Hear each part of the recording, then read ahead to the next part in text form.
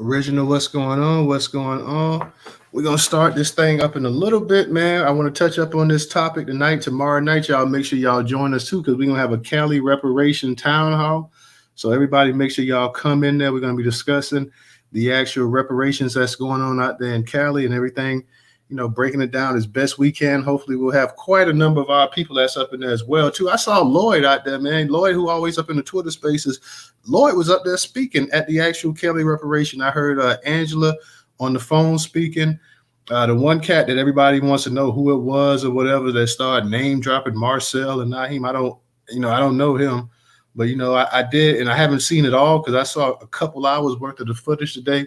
So it's pretty long. It's like 8 hours long. So I'm gonna try to go ahead and catch up on some more of it tomorrow as well, too. But yeah, we saw old Lloyd Kelly out there, and Lloyd was pretty passionate in his plea for the actual reparations as well, too. So we're gonna be discussing that tomorrow night, and we're gonna be discussing this tonight too about Selma, Bloody Sunday, Joe Biden, and the Democrats. And yeah, it's pretty much the same old, same old. If you remember the discussion we had last night, we was talking about actually, Brandon Johnson up there in Chicago and his efforts to go ahead and try to get a lot of immigrants, with actual rights and stuff like that. And that's pretty much when we talking about him. When we talking about this thing with Selma, every time Selma comes up, it's about voting rights. It's about voting rights, voting rights, voting rights, voting rights. But how many black people do you know that you're related to, black people you live around, family members, friends, associates, acquaintances, or whatever, that is having an issue actually going out and voting? Voting is not an issue for us as black people no more. Voting was an issue 50 years ago, 55 years ago, 60 years ago. Voting is not an issue for black Americans in 2023. It's just not. When you start trying to go ahead and talk about these voting rights, a lot of stuff we're talking about how we can go ahead and get these voting rights, and we can start getting people that's not even here, that's not even legal in this country, to right to vote. So that's what it pretty much is boiling down to. And it's a good article too. I'm going to touch up on that as well too. So shout out to you, Original. Like I say, as always, I'm glad to see you up in here because I know you're going to definitely have plenty to say about this. So we got an article from Atlanta Black Star, and I'm going to touch up on that real quick. As I touch up on that, some of our people may come up in the space. We don't want to go ahead and wait. So I want to go ahead and start getting up in it. So as the people come up in here, we'll go ahead and catch them up on it. But hell, the actual title, like I said, it's up in the Jumbotron from Atlanta Black Star. The title says enough in itself. It says, send billions to Ukraine. What black people get. President Joe Biden slammed for symbolic Bloody Sunday walk in Selma with civil rights leaders. Shout out to you, Lisa. How you doing tonight, Miss Lisa, as well, too. So glad to see Miss Lisa up here. Lisa, when I get a chance, I just been really busy, but I'm gonna go ahead and I'm gonna holler at you. I'm gonna try to holler at you this weekend, but I just been really, really, really busy. So I'm gonna go ahead and try to give you a shout out as soon as I can. President Joe Biden is facing criticism for his walk at the Edmund Pettus Bridge on March 5th in Selma, Alabama. Biden was with Reverend Al Sharpton and Reverend Jesse Jackson to march along the bridge to mark the anniversary of Bloody Sunday. On March 7, 1965, white law enforcement from the state troopers and sheriff's department attacked 600 peaceful civil rights marchers on the Edmund Pettus Bridge and beat them with billy clubs and sprayed them with tear gas. Civil rights activist John Lewis of the Student Nonviolent Coordinating Committee was leading the march with Hosea Williams of the Southern Christian Leadership Conference. The march was to protest the beating and fatal shooting of 26-year-old church deacon Jimmy Lee Jackson by Alabama State Trooper James Barnard Fowler during a voting rights march in Selma. As the group marched from Selma to the state capitol in Montgomery, they were ordered to disperse when they reached the Edmund Pettus Bridge outside of Selma.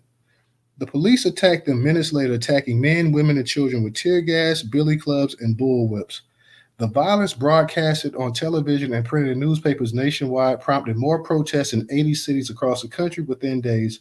Martin Luther King Jr. led more than 2,000 marchers at the Edmund Pettus Bridge on March 9th and finished the march to the Capitol with more than 25,000 protesters on the March 25th. The U.S. military and FBI protected the protesters from local law enforcement, and President Lyndon B. Johnson signed the Voting Rights Act of 1965 into law 5 months later, an important issue for Selman activists. During a speech, Biden spoke on the right to vote and said it was a fundamental right that remains under assault. Selma is a reckoning, The right to vote, to have your vote counted, is a threshold of democracy and liberty. With it, anything's possible, said Biden. This fundamental right remains under assault. The conservative Supreme Court has gutted the Voting Rights Act over the years. Since the 2020 election, a wave of states and dozens of anti voting laws fueled by the big lie and the election deniers now elected to office. MSNBC writer Jahan Jones called out the president for siding with Republicans on their resolution to block criminal justice reforms approved by the majority black city council in Washington, D.C., before speaking on voting rights days later in Selma. Biden's speech on Sunday made no reference to his incoherent stance on voting rights and instead relied on his typical rhetoric around voting, name checking the late Democratic Representative John Lewis and expressing support for a new Voting Rights Act, wrote Jones. His vow to essentially engage in his own form of voter suppression in the nation's capital didn't make it into his speech.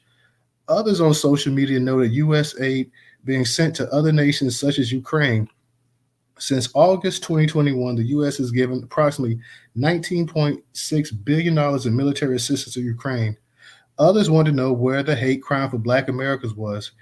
It's just a lie for show. He's not giving us support, wrote one. Where's the hate crime for Black Americans? Yeah, that's what I thought. Another person wrote, march, rinse, repeat. Tired of symbolism without substance. One Twitter user noted that Biden's appearance was just a symbolic gesture. That's all we're good for, is symbolic gestures, they wrote. A pat on the head like a dog. It's sad, another replied. Took the blacks on the walk. One person replied, man, if black people fall for this again, bro, I'm going to lose all hope in us ascending, ascending, LOL. If shit is obvious, we need to start creating our own path. I don't know what will be. Another person brought up reparations. The worst part is black people walking with the people that contribute to our downfall, they wrote. The Edmund Pettus Bridge is a sore wound they keep poking. With decades past that, we need reparations now. And the Twitter users and the people on social media couldn't have put it any better. Pure symbolic gesture. And it always is it's all the time. Every time they come out here and they want to use John Lewis as a symbol for what went down on the Edmund Pettus Bridge. But like, I'm actually surprised that you actually had somebody from MSNBC actually sit up here and call President Biden out, because normally that's not what MSNBC lets you do. If you got a Democrat in the office, they're pretty much quiet on it. So I'm kind of surprised that this person actually had the gall to actually sit here and say that, Joe Biden was also, taking part in his own form of voter suppression. And like I said, I have never been to any place to cast my ballot and had to, take any special tests.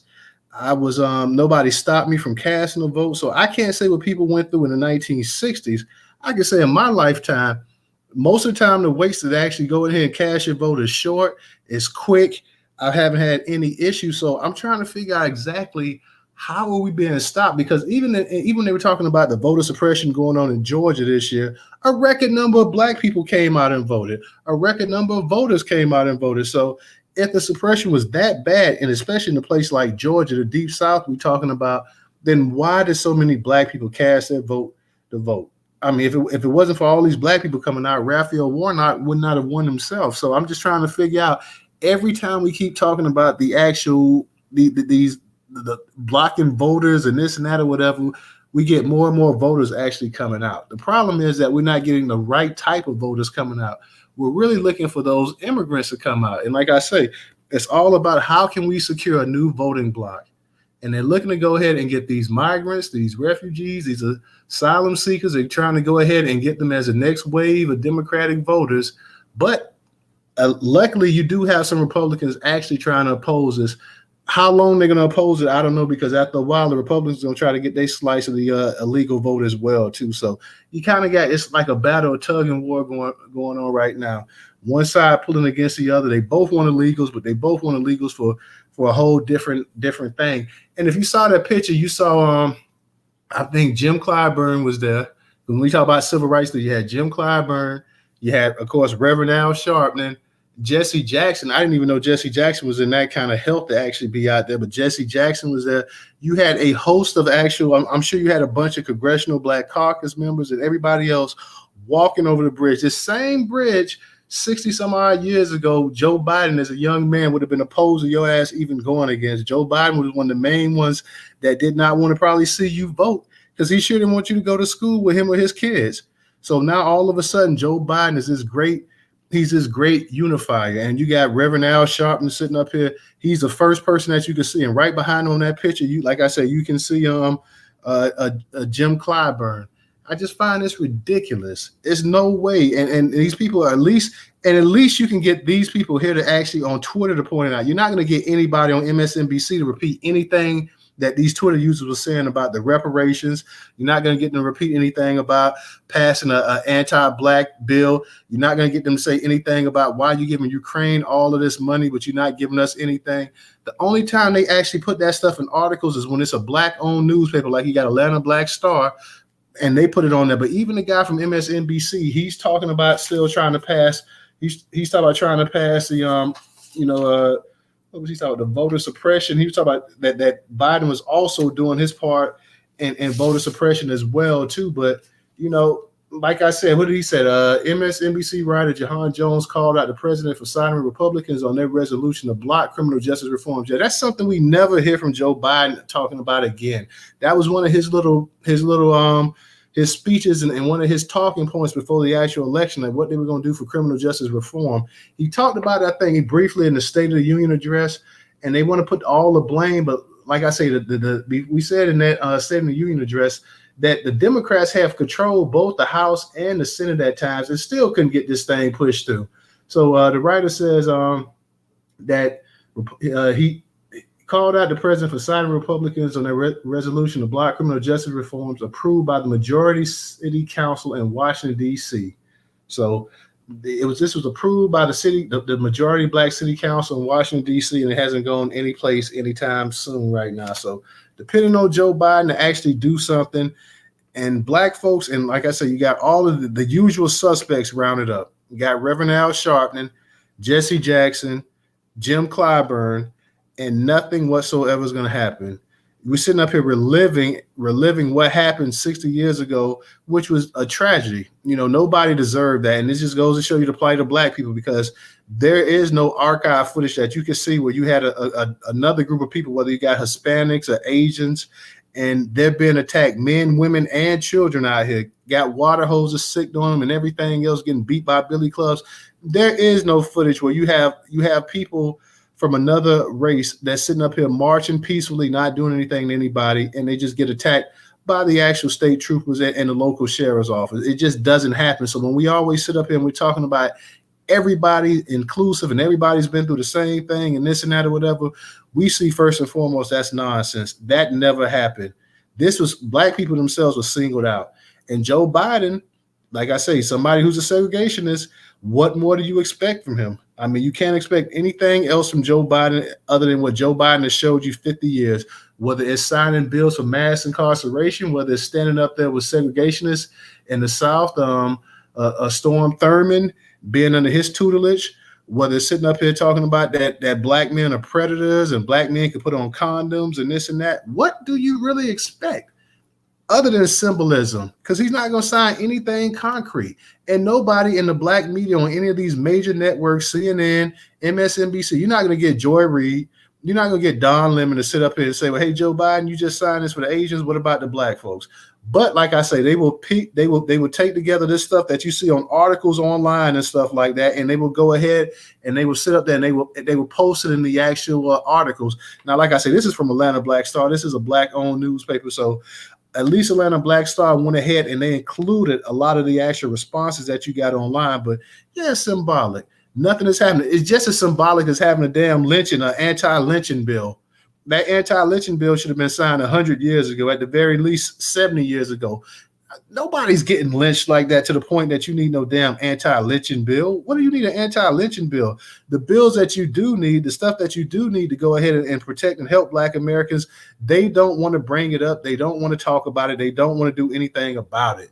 So once again, you got Joe Biden, like I said, doing what he does best. And Kamala Harris, I'm not sure. I believe Kamala Harris was there also. It was another article where she was there as well too. So just more symbolic gestures that don't mean diddly poo for the most part.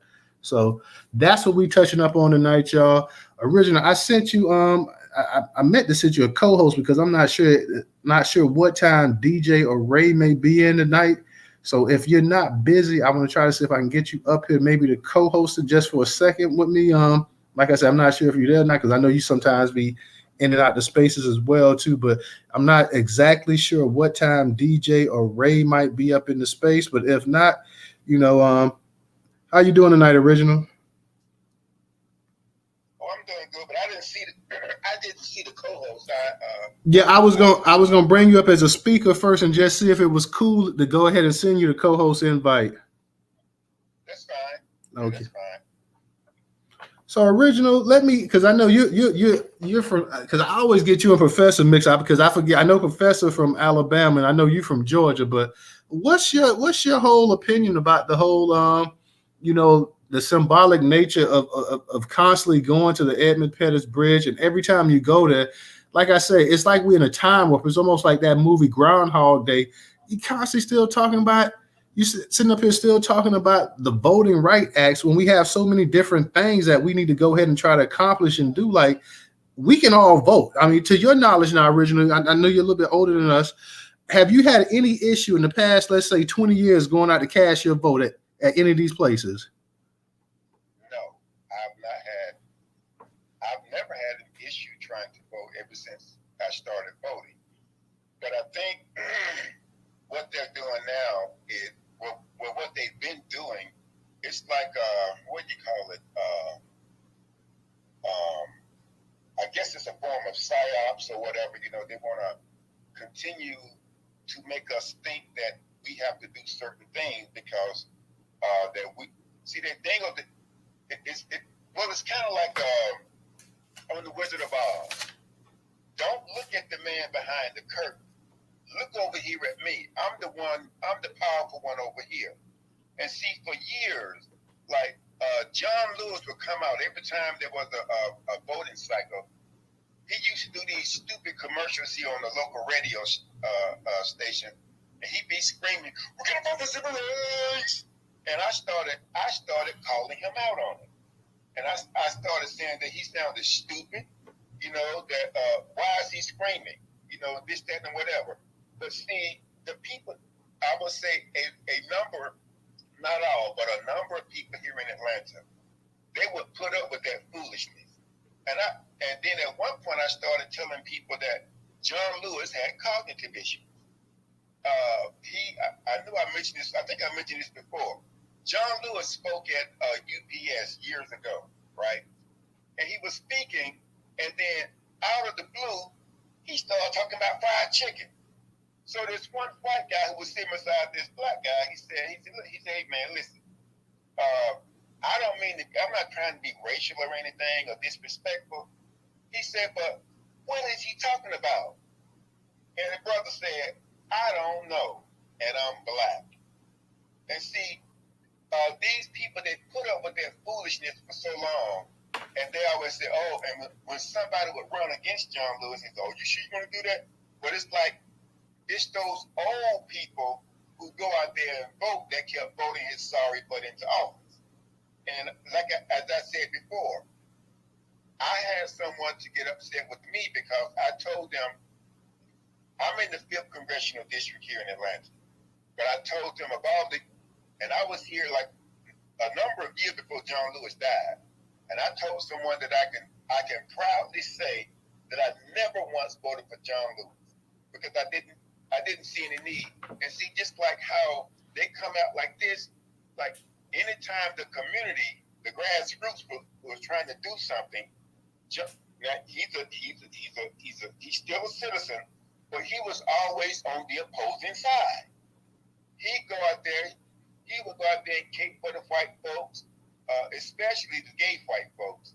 But he would never, and one of the things that he would do also, every time there was an election cycle, he would go and like walk around the Kroger over here on Cascade, like he was shopping there, trying to let folks see him, just to try to secure the vote. Like, ooh, he shop over who?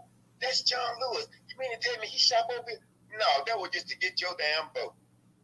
And so that's see, it has been nothing but a scam, and they've scammed people for decades because they want to keep us in this subservient position. As if, see, they understand now, especially with the beautiful young people and others, and the older people too, on social media. We are we are putting that work in on them and letting them know we don't need your ass. And as soon as we get more people, more young people that we can, vote into office, they're done because they've been doing that Wizard of Oz trick on us for a long time. And so, and that's the same thing I said on social media as well. Like when they went to Selma, this is nothing but symbolism. We want reparations. We want an anti-black hate crime bill. But no, they anything. And see, and the other part of it is, see, Al Sharpton. As we all know, Al Sharpton is an agent. As I cited that article, I have to see if I can pull this article up. Oh yeah, when they talk about he was supposed to be working with the feds and stuff. Yeah, and then that one guy, Ahmed Obafemi, I think he still lives here in Atlanta, where he said he noticed that he said Al Sharpton would always have this briefcase when he would come and meet with him, and he pretended that he had $50,000 for Asada Shakur when they broke her out of jail. He was trying to lure Asada Shakur into the hands of the FBI. And then when that information came out about him so-called spying on the mob, and I'm like, wait a minute, you're going to spy on the mob and your ass still alive? Something up with that. There is something up with that. But yeah, this is nothing but a Ponzi scam that they've been putting black folks' in. Because those of us who are active, we don't have any problem voting. I mean, yes, now I understand the crazy white folks, some of the stipulations with the Voting Rights Act may need to be, upheld because white people, these Republicans, some of the Democrats too, they are crazy as hell. And if they could put us in a position where we couldn't vote, I don't put it past them to do it. Because see, and you mentioned Hosea Williams in that article that you were reading.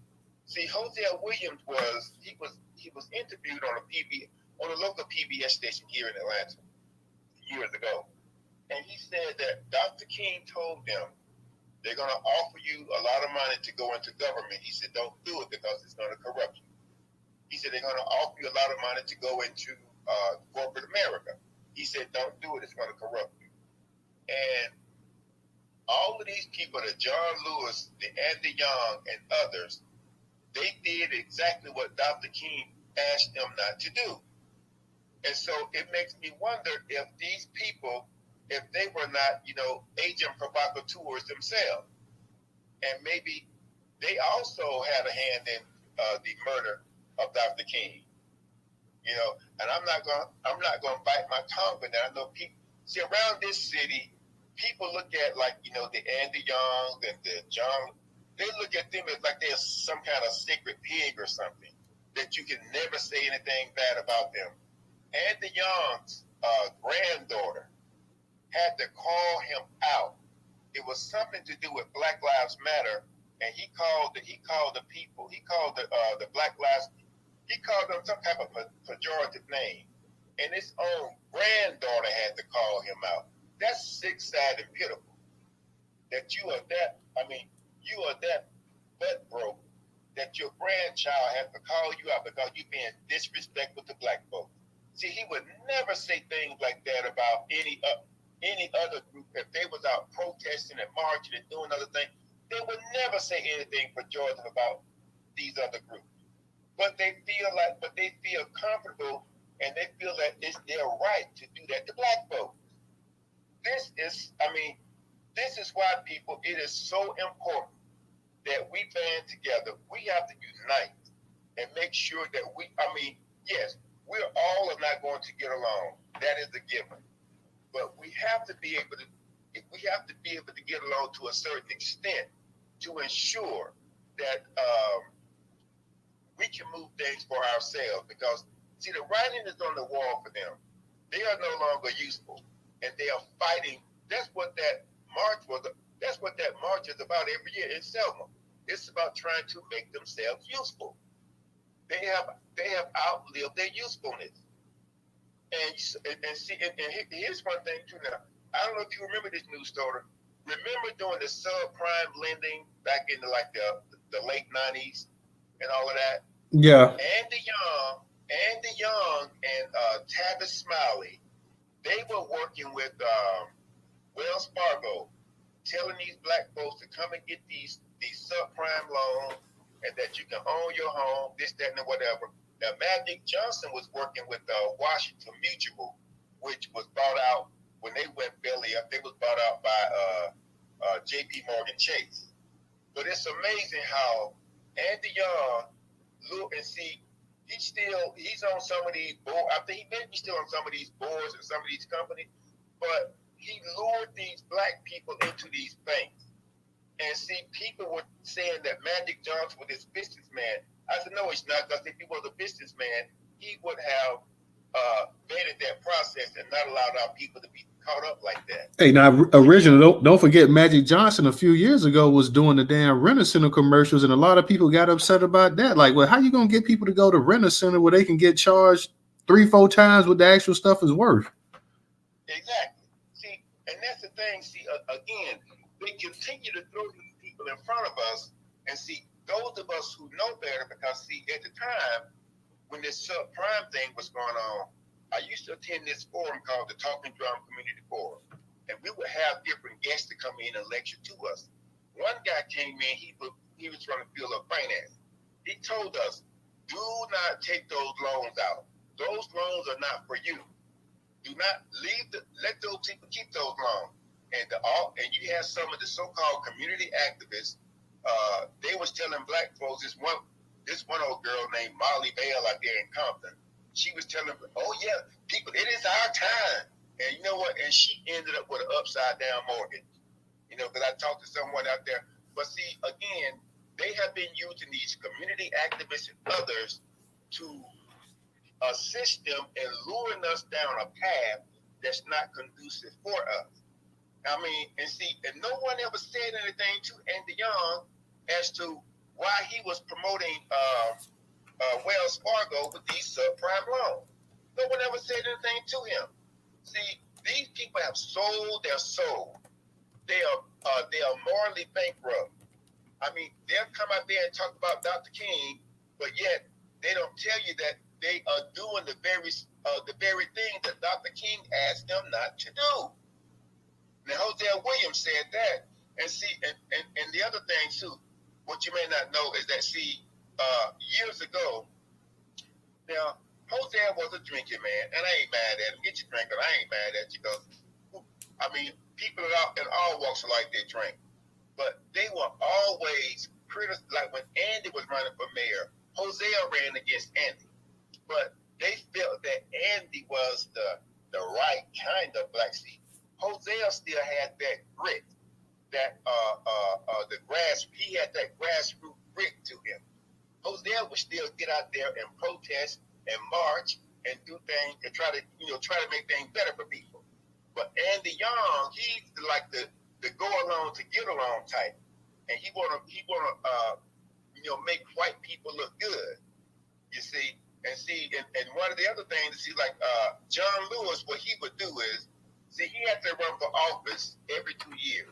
But what John Lewis would do, and they have to see, it was Andy Young and this white guy named Loudermilk. I think he was he was a Republican. And so Andy Young felt like he had to have a Republican to come out and do things to try to make it look, presentable for whatever reason. So they would have this Loudermilk debate series, and it had been going on for like 20 years. But John Lewis, he stopped coming to the debates. He would make up a lie and say that he had to, like in 2010, he said that he had a previous engagement in East Point. And I'm like, wait a minute. You know that you have to run for this seat every 2 years. And yet you're going to tell me you couldn't calendar your stuff around this debate time? See, again, he was never about representing us. He was one of my neighbors who is an elder. She's an elder. She's a retired educator. And she and I was talking one day, and she said, John Lewis was nothing but a symbolic embarrassment. Now, I give him credit for what he did during the civil rights movement because he put his life on the line for us. I give him credit for that. But after that, he was a symbolic failure, as I call it. You know, because you can't come out like this and see the Democrats use him to try to move black people to come and vote. That's what they did.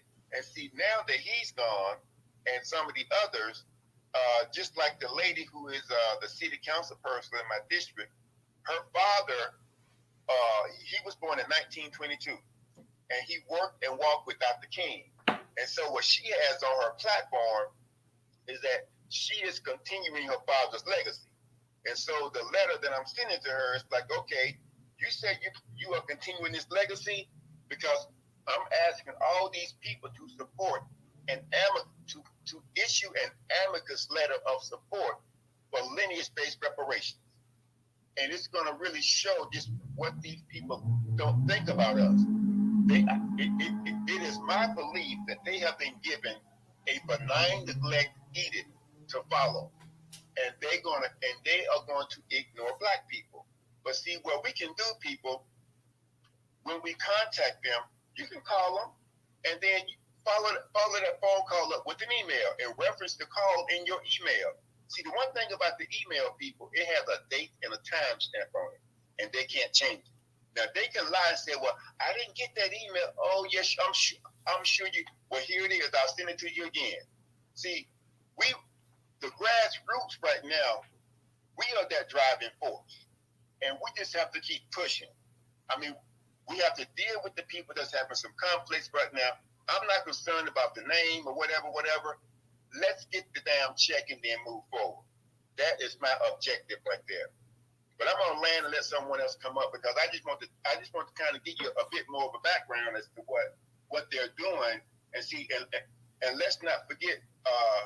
See, Al Sharpton, you may not remember this, but back in it was like maybe the mid 2000s, Macy's was locking black folks up, stating that they was using a stolen credit or debit card.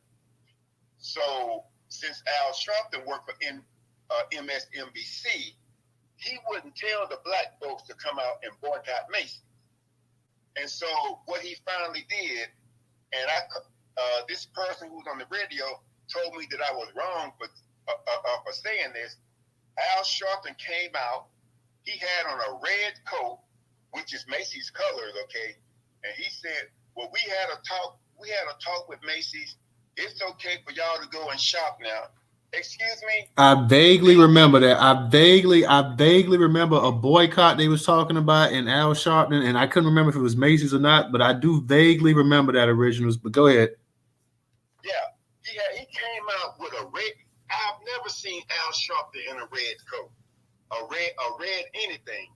But he came out with this red coat on, telling people that it's okay to go and shop at Macy's, that we can go and see. At that time, Macy's was on the brinks of bankruptcy. And if black folks had pulled their money out during that holiday season, they would have collapsed. And see, he is not for black people. He is for himself and the cronies that are around him. And I think now, see, and that's why I keep telling some of these people, leave these young people alone. You know, they are doing the right. They are doing what the Al Sharpton and Andy Youngs and others should have been doing while they was younger, and we wouldn't be in this situation.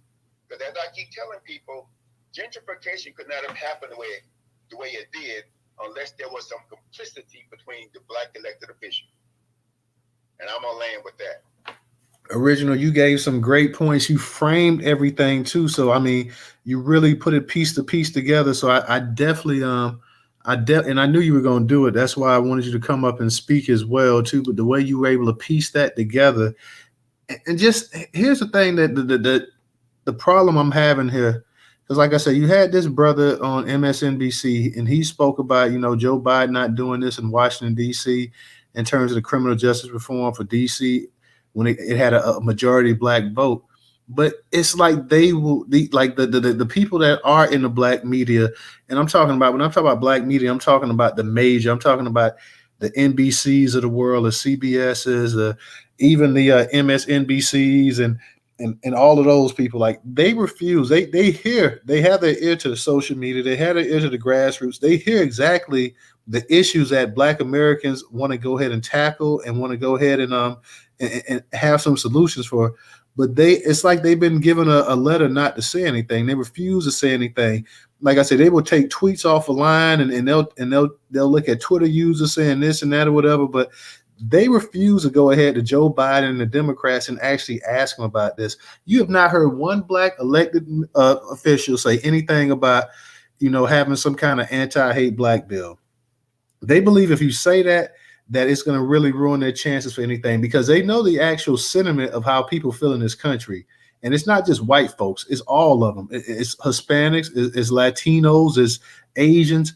It's a lot of them that if you sit up here and say that you're going to give something exclusively for black people, then everybody's going to get upset. Everybody's going to get pissed off. So they don't even want to put that out there. The fact of the matter that you could give, Asians an anti-hate bill, and the fact of the matter that black people see that they talk about $19 billion, over $19 billion they've given Ukraine and military aid, but that's not even including the actual cash that they've given Ukraine as well too. The fact that you're bringing Ukrainians over here, the fact that you're helping out the Afghans, the fact that you've always helped Israel out, the fact that you're doing all of these different things for so many different groups, but yet when you talk about black people, Joe Biden was saying, when you talk about reparations, well, I can see about reparations if we're going to include Native Americans. He know damn well that nobody's going to agree for that.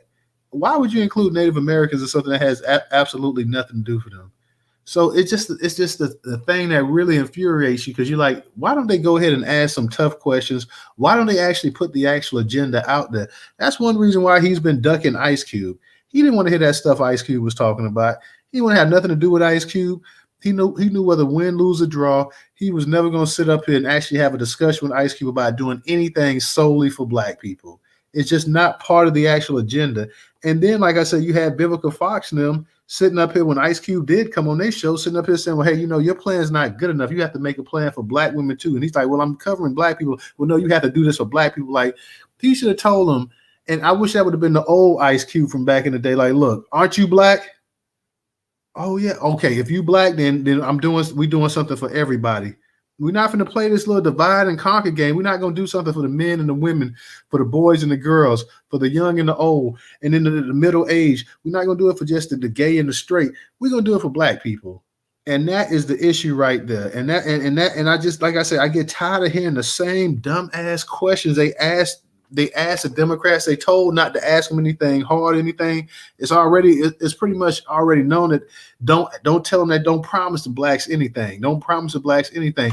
And I know a lot of people say, well, Joe Biden didn't live up to a lot of his pre-election talk and whatnot. Well, Joe Biden really didn't say nothing really what he was going to do. He talked about pushing criminal justice reform and signing the George Floyd Act and this and that or whatever, but man, you need something more than that. You need something seriously a lot more than that. So it's never really, when it comes to these Democrats, we really never really try to get anything out of them. We just accept whatever they say they're going to do. And when they start talking about they're going to do this for any and everybody, we just get all excited. We get all warm inside, all warm and fuzzy. So, Queen B, how you doing tonight, sister? Hey, I'm good. Newstoter, how are you? Oh, I'm doing pretty good. Okay, thanks for letting me come up to the stage, and thank you, Original. I think that was pretty good discussion that you had, or information that you gave.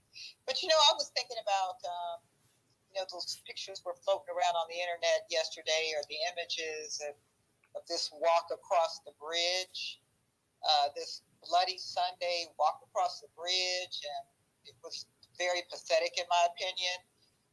Knowing that at the end, what is a walk across the bridge going to do for us?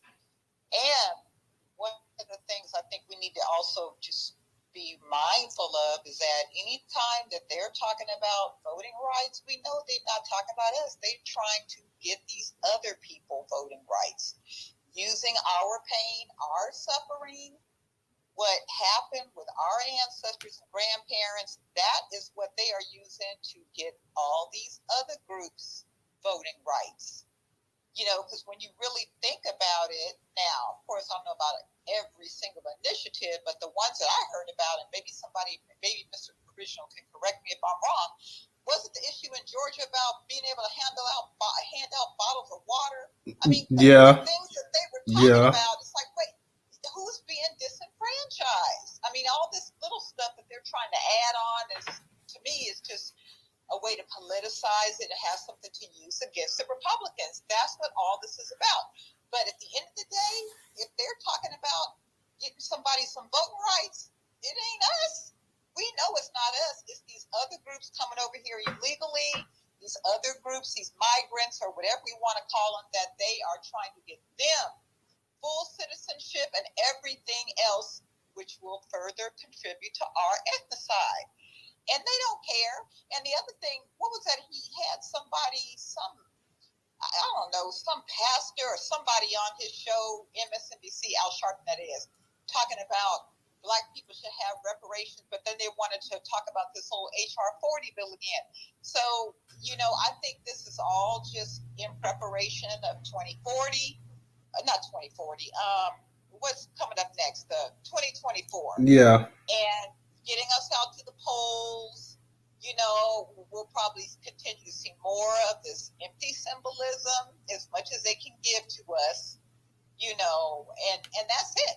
Because if they really cared about our issues, they would be talking to us. If they really wanted to do something, they would be talking to us. They got all these other groups out here they talk to. I've heard, on the news, that he pretty much is being run, Joe Biden, that is, by the immigration lobbyists. They have his attention more than any other group. Well, then next to the military and Ukraine and all that's going on. But that's where his attention is. And but then again, if he didn't even have Ukraine, he still wouldn't be doing anything for us. So I just think we need to be mindful. And, when they start talking about voting rights and Black people being disenfranchised, we need to push back on that. There may be a few anecdotal cases, going on across the country, but this is not a widespread Black people can't vote. So we got to march every year across the Selma Bridge, and do all this symbolic stuff. We already know what they're trying to do. And thank you for allowing me to speak, and I will land. And you made an excellent point there, Queen B. Like you said, when everybody saw these photos emerging and you saw all Joe Biden, now he's leading the way. Like I said, this is somebody that was always anti anything that had to do with rights for Black people in this country. But now he's the great white hope. He's leading the way. He's joined the congregation. I mean, we went from you got him. I mean, he is like the king of symbolism now when it comes to Black folks. Not only was he leading the way in this little march on the bridge, but also let's think back to Dr. King back in January. He was at Dr. King's church, and I know Dr. King is passed away, but he was at a Ebenezer church. I think he was the first president to ever come to Ebenezer church. So all of a sudden, Joe Biden got mighty, mighty Black. And he's sitting up here and he's talking about this and that or whatever. He's talking about so many nice, good things, but he's not talking about anything that's going to make any real difference to Black folks in this country. Like you said, like I said, like we was discussing last night. And then they use the Black people to go ahead and push this stuff. Just like we was talking about the guy running for mayor last night, Brandon Johnson in Chicago. Brandon Johnson gave you an outline of how he's going to go ahead and get immigrants, migrants, and asylum seekers all the rights they need in the city of Chicago. Just as much rights, almost as much rights as a regular citizen. So they're going to go ahead and they use these Black folks to go ahead and push this stuff. Because if you can go ahead and get Black folks to go ahead and signal it, then you can go ahead and cross the aisles any way you can. So constantly doing that.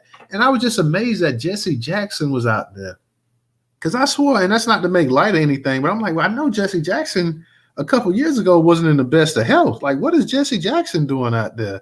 So we get all of the old civil rights leaders from the past 50 years ago, 40 years ago, 30 years ago, and we're gonna sit up here and we're gonna bring them out here.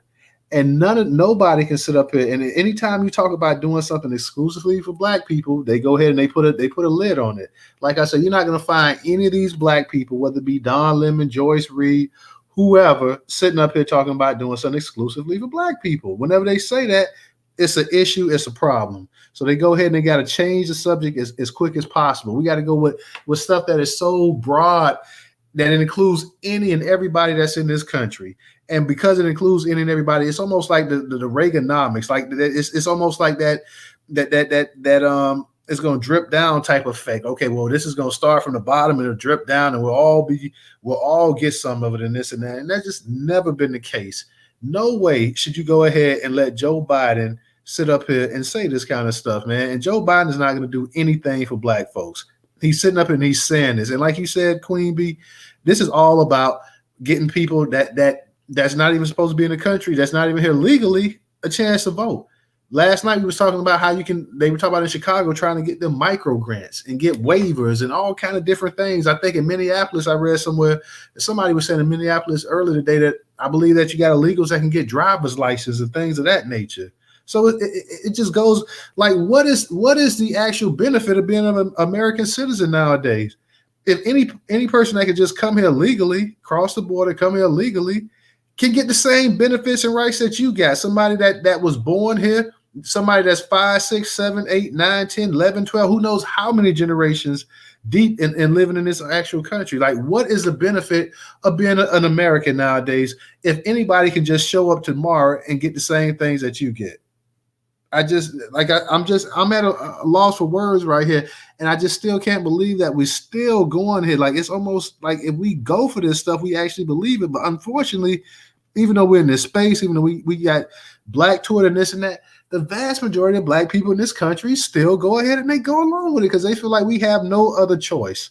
They feel like, well, if we don't vote Democrat, then we know for a fact Republicans ain't gonna do nothing for us. We won't sit on our vote. We won't strengthen our vote. Sometimes, man, it's no lesser two evils. I never understood that about the lesser two evils. From my understanding, evil is evil. There is no lesser two evils. Evil is evil. What are you saying, that you prefer to have a slow death over a fast death? Evil is evil. I don't understand what black people are talking about. I don't understand the mindset. I don't know how much longer we got to go for this. Like I said, this man has been anti-black his whole political career.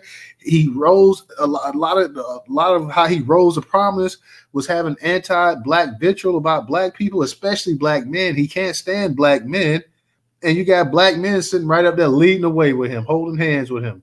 I'm surprised they didn't break out Amazing Grace as they was walking across the bridge. That's the only thing that was missing, was breaking out Amazing Grace. I just don't understand the mindset of our people here, man. We continue to lose, and then nobody has an issue with it. We continue to lose, and other groups are continuing to win. Sassy, original. Let's get to Sassy real quick, and then we'll get back to you, original. Original, matter of fact, hold it down for me for 1 second while Sassy goes. Good evening, grace and peace to each of you, and greetings to everybody that is somebody. You telling the truth. Listen. They think they're going to outsmart themselves, because I'm going to tell you, the illegals coming over here, they're not going to vote. If they do vote, they vote Republican. In my state, all of them are Republicans. They don't even because they're classified as white. So they don't even vote Democrat, number one. So they're going to just fool themselves, with that. And so, Biden, he can't do nothing. He's not going to do nothing for us, of course. I'm just reiterating what you said and what we all know, But they're going to outsmart them. They're just over here. Listen, they just work. Now I'm gonna say this, and because I've been asking this question, somebody chewed me out about this. What value do they, and I'm speaking of illegals, add to our country? And you think about that. Because you come over here to just get a job, okay, you're just working, making money to send back to your hometown.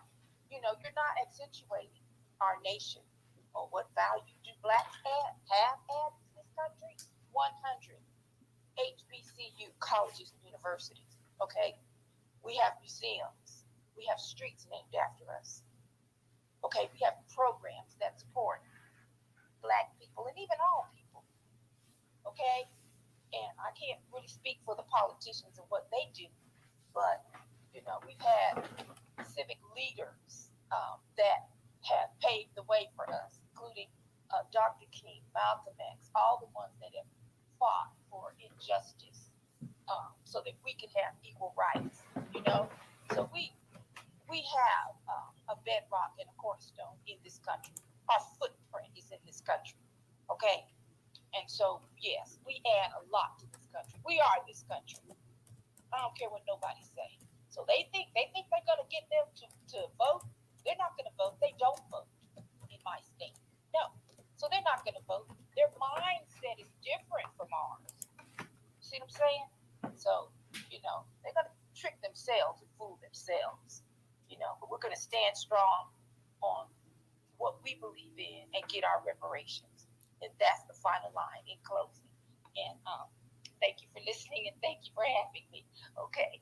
Oh, no problem, Sassy. Glad to hear from you. Glad to hear from you. Hopefully, we can get some of our other people up here to speak as well on this as well, Hey, too. Tyler, drop me back down, bro. My bad.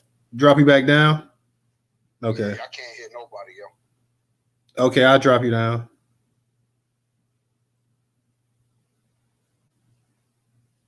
All right. Original, go ahead. Drop DJ down. He say he having some connection issues. So go ahead, Original. Yeah, one of the issues I wanted to raise is, okay, when people talk about voting rights, see, here is where the trick bag come in with voting rights. See, it was the 15th Amendment that gave black men the right to vote. We can't hear you. You're in the matrix. I can hear him. Who said that? Sassy? Yeah, I can hear him. I'll drop down. Yeah. Go ahead, Original. Okay. Yeah, see, the trick bag has always been the Voting Rights Act. Okay. See, we had the right to vote from the 15th Amendment. Okay. But see, what it was in these southern states where they would put all these obstacles in our path to try to prevent us from voting. And because, see, if you notice now, it was only these southern states that was covered under the Voting Rights Act. But see, the trick bag was, see, the Voting Rights Act would have to be reviewed every 25 years.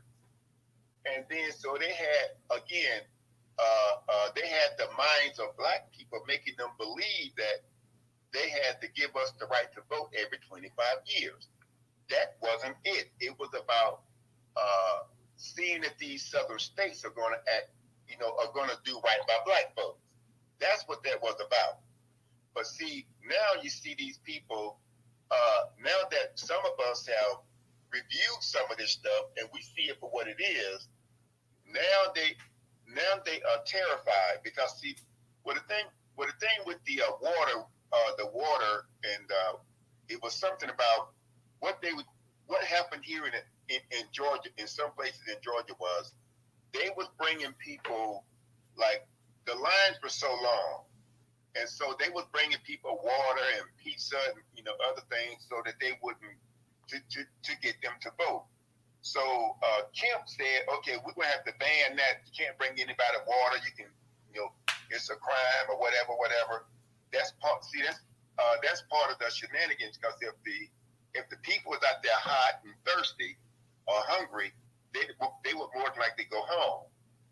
But the key thing is, I want people to understand is that it wasn't that they had to renew our right to vote. It was the act to prevent these southern states from putting up obstacles to prevent us from voting. That's what that was about. It was never about renewing our right to vote every 25 years. That's the propaganda. And see, the saddest part about that, the Democrats allowed that lie to continue. See, that made that made a lot of black folks feel a certain way. And so thinking that, oh, damn, they got the, we don't see, and what they were saying was, we the only people that have to get our right to vote renewed. No, we didn't. It was to keep them fools from trying to prevent you from voting, because at that time they would have done that. Because see, and what happened is, see, here in Georgia, when Big Swole, that's Stacey Abrams for y'all who don't know, I call her Big Swole, 42, DJ. And so, and so when, see what she did, here's where the stupidity comes in. Now she was doing some voter registration. Now I understand there are some people that live in these rural areas, and I had asked someone, I said, well, why don't they get some tablets or something with a what they call it, a little drop spot or whatever they call it, little spot which can still have internet access. See, what she did was she registered people to vote, but she used the handwritten ballots to register them to vote. So then Brian Kemp, he said that about so many thousand of those ballots wasn't legal. And I'm like, if you really wanted this to stick, you would have got that little, what they call a little drop spot. I can't think of the name for it.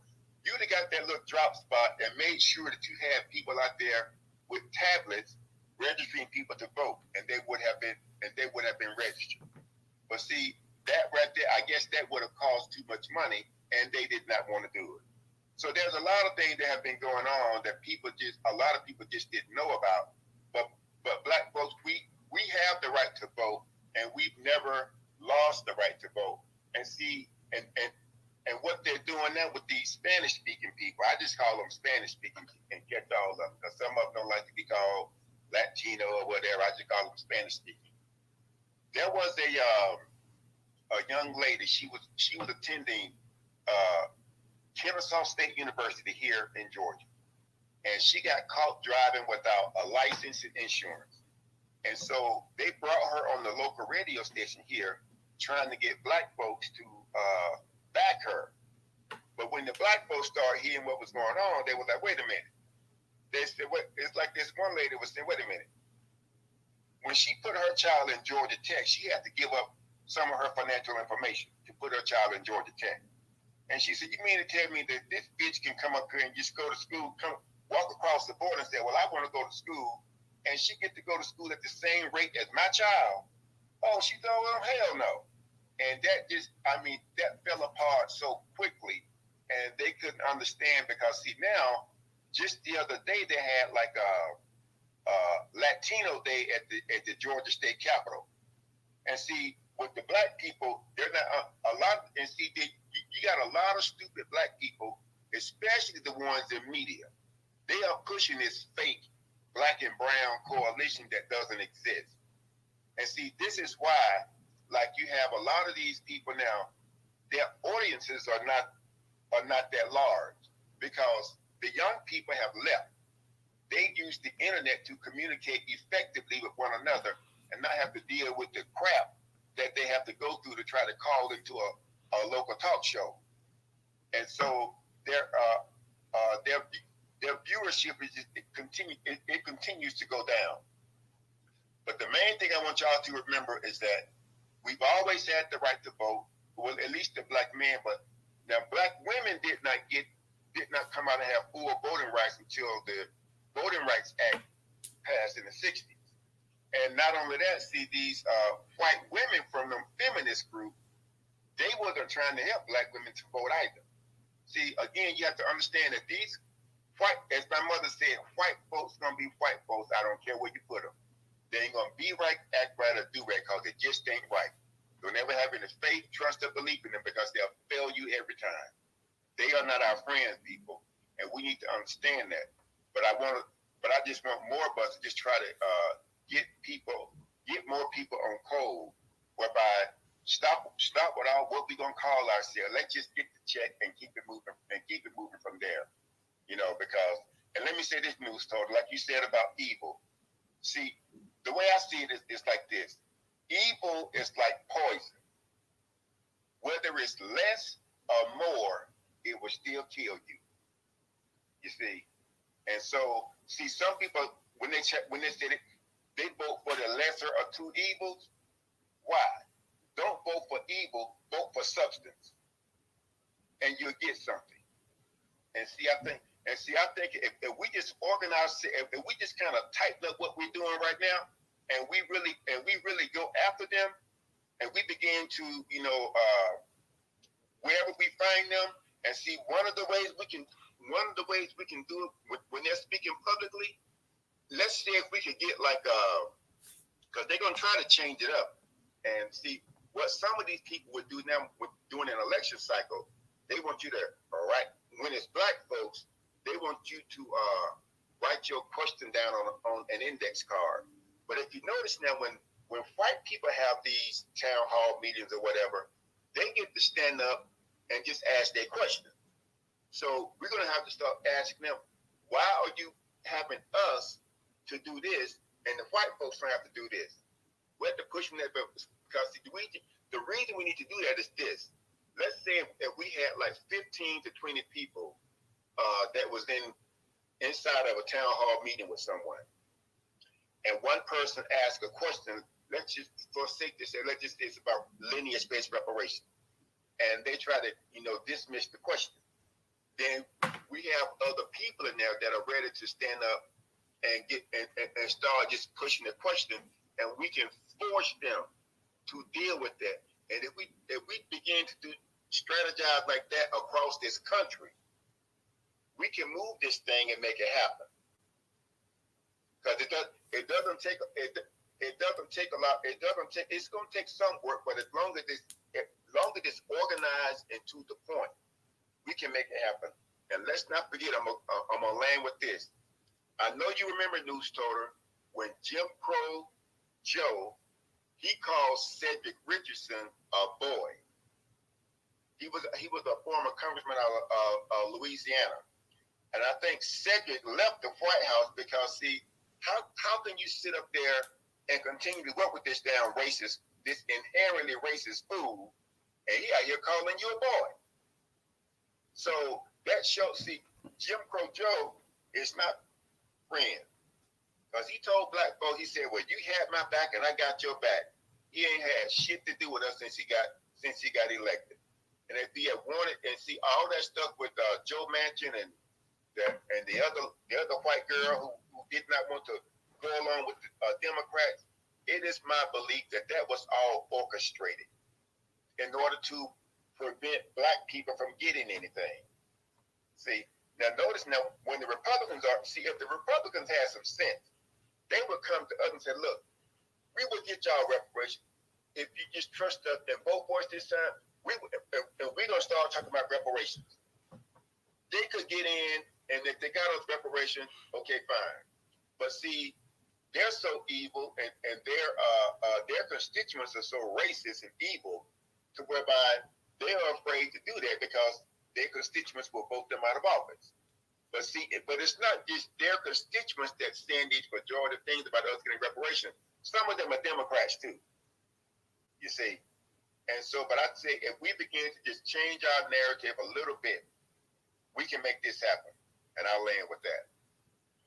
You're right on that part, original, because a lot of their constituents, they supporters and stuff, they have such hatred towards black people that they would absolutely have a fit if you had these Republicans come around and tomorrow and say, you know what, black people, will go ahead and we'll get you we'll get you reparations. Like half of the people that vote for them would just up and leave the Republican Party tomorrow if they heard that. So on that end, I don't know. I kind of at times struggle with this, but I am kind of, sometimes I see what people are saying about withholding your vote. Yeah, you want to vote for just the actual candidate and not the party or whatever, but based on just based off of who you have to vote for, you can't really fault people for saying, hey, I may sit out this election. I know people say that's the worst thing to do and this and that or whatever. I feel that's a personal decision myself. I feel like if you feel like that there's nobody worthwhile voting for and you just don't want to cast your vote, I don't really see anything wrong with it. I think that people we have to look at it as an alternative too, man. That is getting to the point that, hey, You know, this is one thing that we've never really tried. We've never really tried this tactic before, of withholding our votes. We've been so happy since, we could vote in mass since the 1960s and stuff. And despite what people say, well, black people don't come out and vote as much and this and that or whatever, black people have been voting for a long time in this country, and black people have come out, and we've seen black people energize, especially in the presidential elections. They come out. But you can't really fault a lot of people that say, hey, you know what? I'm going to withhold my vote. I don't think that's a bad thing per se. I know people say, well, if you do that, then you're just going ahead and you're allowing immigrants to come here. Listen, they come here anyways, and we want to be real about it. We vote every election cycle, and you still being overran with people coming to this country. If you want to be perfectly honest about it, us voting has not stopped the flow of immigration in the United States of America. One iota. Not only that, but us voting for the same party over and over and over and over again, has not gotten us any respect, and it hasn't gotten us anything of substance either. So do we just keep casting that vote for people like Joe Biden and Kamala Harris and Jim Clyburn and them? Well, they're not going to do anything. Or do you say, hey, let me go ahead and let's go ahead and punish these people for a second. Let's let these people lose an election or two. Let's let them lose not only the presidential election, let's let them lose some of these governorships and some of these Congress seats and Senate seats and stuff like that. Let's go ahead and show them something that they have never, ever, ever had to deal with. I don't really, like I say, I know a lot of people may disagree with what I'm saying. I don't have an issue with people that say I'm going to withhold my vote. I really don't. I know people say, well, you're just dooming us and this and that or whatever. You're going to allow them to go ahead. Man, you voting for the past 60 years in this country has not stopped any major policy for happening that these white folks didn't want to happen. It hasn't stopped it one iota. And you voted in the last election. Did that stop all these Ukrainians from coming to this country? Has that stopped them from giving money to Israel and Afghanistan? Has that stopped them from spending trillions of dollars on the actual the war machine that the United States have? You vote all the time. Have they given any of that money to some of these black areas that need it, that's impoverished right here in America? It hasn't stopped it one iota, and it's not going to stop at one iota because the black vote is not respected. They think the black vote is in a lock and key, and the Democrats hold it, and you don't have to worry about it. The Republicans say, hey, it ain't even worth trying to get it, and the Democrats say we got it, and these niggas ain't going nowhere. That's how they look at it. So we're not really strengthening ourselves. We're the only race in this country. We're the only race in this country that votes one way. Well, everybody else, 40, 50% of them might vote this way. 30% might. We're the only ones that 90% of us are going to vote for one group of people, because we deep in our mind, we believe we owe these people. We believe when the Republicans, after the Civil War, that we owed them thanks to Lincoln. Lincoln became our great white father, our white daddy. He was an emancipator. He was Christ in flesh. So we sat there with Abraham Lincoln, and we wrote, even though Abraham Lincoln didn't have no use for us, his whole thing was just keeping the Union together. We forget that you had black men fighting for the Civil War, and if it was not for black men putting their butts out there fighting, this country would have went to the damn South. We forget about that. We had, like, out of the kindness of their heart, these white folks in the North say, well, no, we're not going to let you just go ahead and keep them enslaved. We're going to go to war. No, this is a fairy tale. And we just constantly keep going for these fairy tales. So I really believe it's time to start holding these people responsible. It's time to just stop giving the vote away all willy-nilly. It's time to go ahead and start punishing. We have never punished the Democratic Party in the past 50, 60 years. We've been their best friend. We've been their buddy. We've been the one holding them down. We've been the backbone of that party. We go harder for the Democrats than white Democrats go for it. And it hasn't gotten us one step closer to where we need to get to. So I seriously think, and anybody in this place can vote how they want to vote. But I think it's just time to go ahead. I know people say, well, if you do that, then you're just going to have Republicans, and they just going to, like, listen, man, we done had all kind of rednecks and Nazis and Klansmen and everything else sitting in the damn White House, being governors, being mayors or whatever. What's going to happen? We've had some of the worst. You look at the next time you have a dollar bill in your hand, or a $10 bill, $100 bill, these old peckernecks that form the Constitution. What was worse than them? How many slaves did Washington have? How many slaves? Some of these people had hundreds of slaves. I mean, please.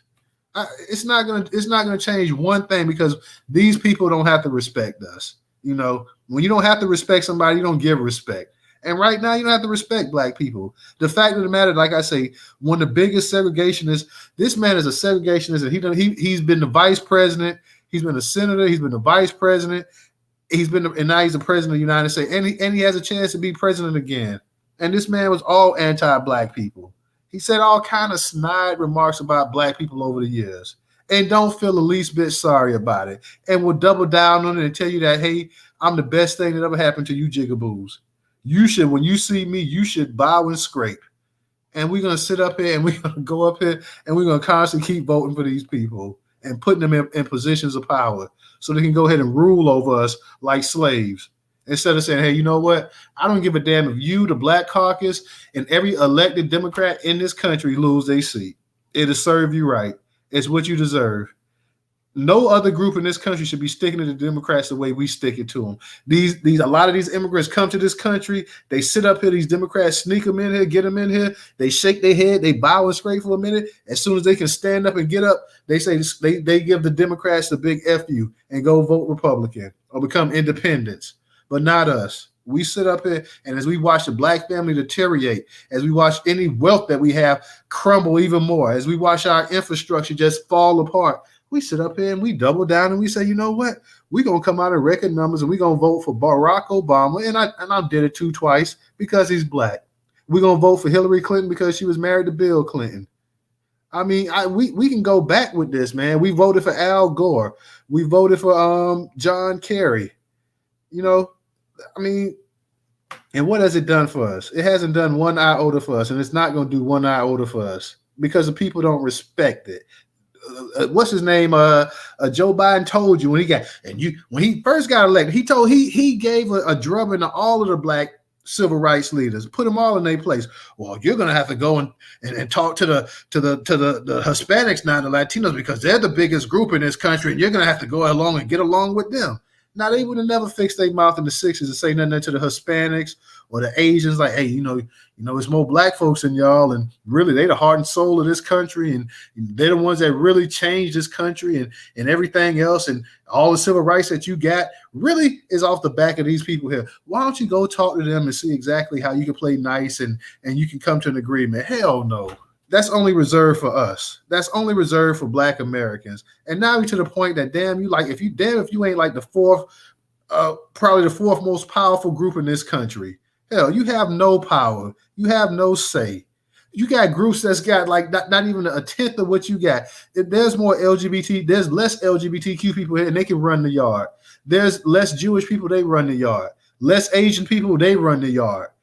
Everybody runs a yard. Like I say, at one time, you was the second most powerful group in this country just off of sheer number and everything that you did historically. That's no longer the case. That is no longer the case. And if you keep voting for these people blindly, you will be replaced because you're already getting replaced now. Volvo, go ahead and unmute your mic. Preach, preacher. I mean, it just, after a while, man, you're like, damn, how much is enough? Like, I mean, how much more do these people got to kick you? You kick a dog long enough, he's going to snap on you. But black people won't do that. Talk to me. I mean, good Lord. Sometimes, our people, man, sometimes you just give up. You're like, okay, if this is what you want, go ahead and get it, man. We're trying to do their best Telly Riley impression, man. Black pressure. Go ahead, man. Come bring your ass up to church. Let's get in the studio. I've been playing. Hey, you got it, Volvo. They say that black people not unified. We should only unify behind the Democratic Party. I've been saying this for a long time. Like, you know what I mean? Why we vote for these people? We not listening to the plan or nothing. Even yesterday, I'm like, hear what Trump saying. Just hear for yourself. I got bashed for that yesterday. Like, it's like I'm not really getting it. You supposed to vote for the plan, not just vote just because you can. That's the dumbest shit ever. We keep just throwing our support around these behind these people when these people are obviously just doing pander shit to us. They just pandering to us. Don't nobody care about you walking across the bridge in Selma. Don't nobody care about that. sent Kamala Harris out here to act like she black eyed peas on 2 years. Obviously, that was just all staged. She don't even come from that type of lineage. She's supposed to be black. She a black woman. They just pander to us. And like, who at this point, what idiot is even going for it? Like you can't who are they pandering to? Like, I mean, who, seriously, who are these people? Because all the black people I know see right through that shit. I'm talking about seriously, like the people in my family and shit like that. We not with none of that goofy shit. Like, who is these people that they pandering to, and that they getting this off on? I would really like to know that. Like, you know what I mean? They don't give a fuck about us, man. We need to start voting for the plan. We need to become more politically savvy and vote for the plan. Whoever got our best interests in mind. You know what I mean? Not just voting for these folks just cause. I remember hearing that when I was we was talking about politics, you know, just some kid talk. We don't know what I'm talking about. And this old black lady, when she was old to us, she was probably like in her late 20s. I was like in my early teens, maybe 12, something like that. She gonna tell me, y'all Democrats just cause y'all black. I remember her saying that. Just because we black, we automatically Democrats. I didn't know what that meant at the time, but now I know she's a damn fool. You don't just vote just cause. You vote for what are you voting for? You're supposed to vote for whoever got your best interest in mind. You know, I'll land there, bro, before I start rapping. I feel you. Like you say, we can say that we may not be unified on a whole bunch of things. We might not be unified on what we want to call ourselves. We might not be unified on reparations. We might not be unified on the best way to improve the black condition. But damn, if we ain't unified as Democrats, you can say what you want to, but when you got 85 to almost 90% of the people voting for one party and been doing it for 60 years, you can't say that you're not unified on that issue right there. So damn, you are unified on that. So appreciate that, Volvo. Leon, go ahead and unmute your mic. How you doing, Newstoter? What's going on? Not much, man. I was just listening to the show. Nice, interesting. I have a little bit of tidbit on this.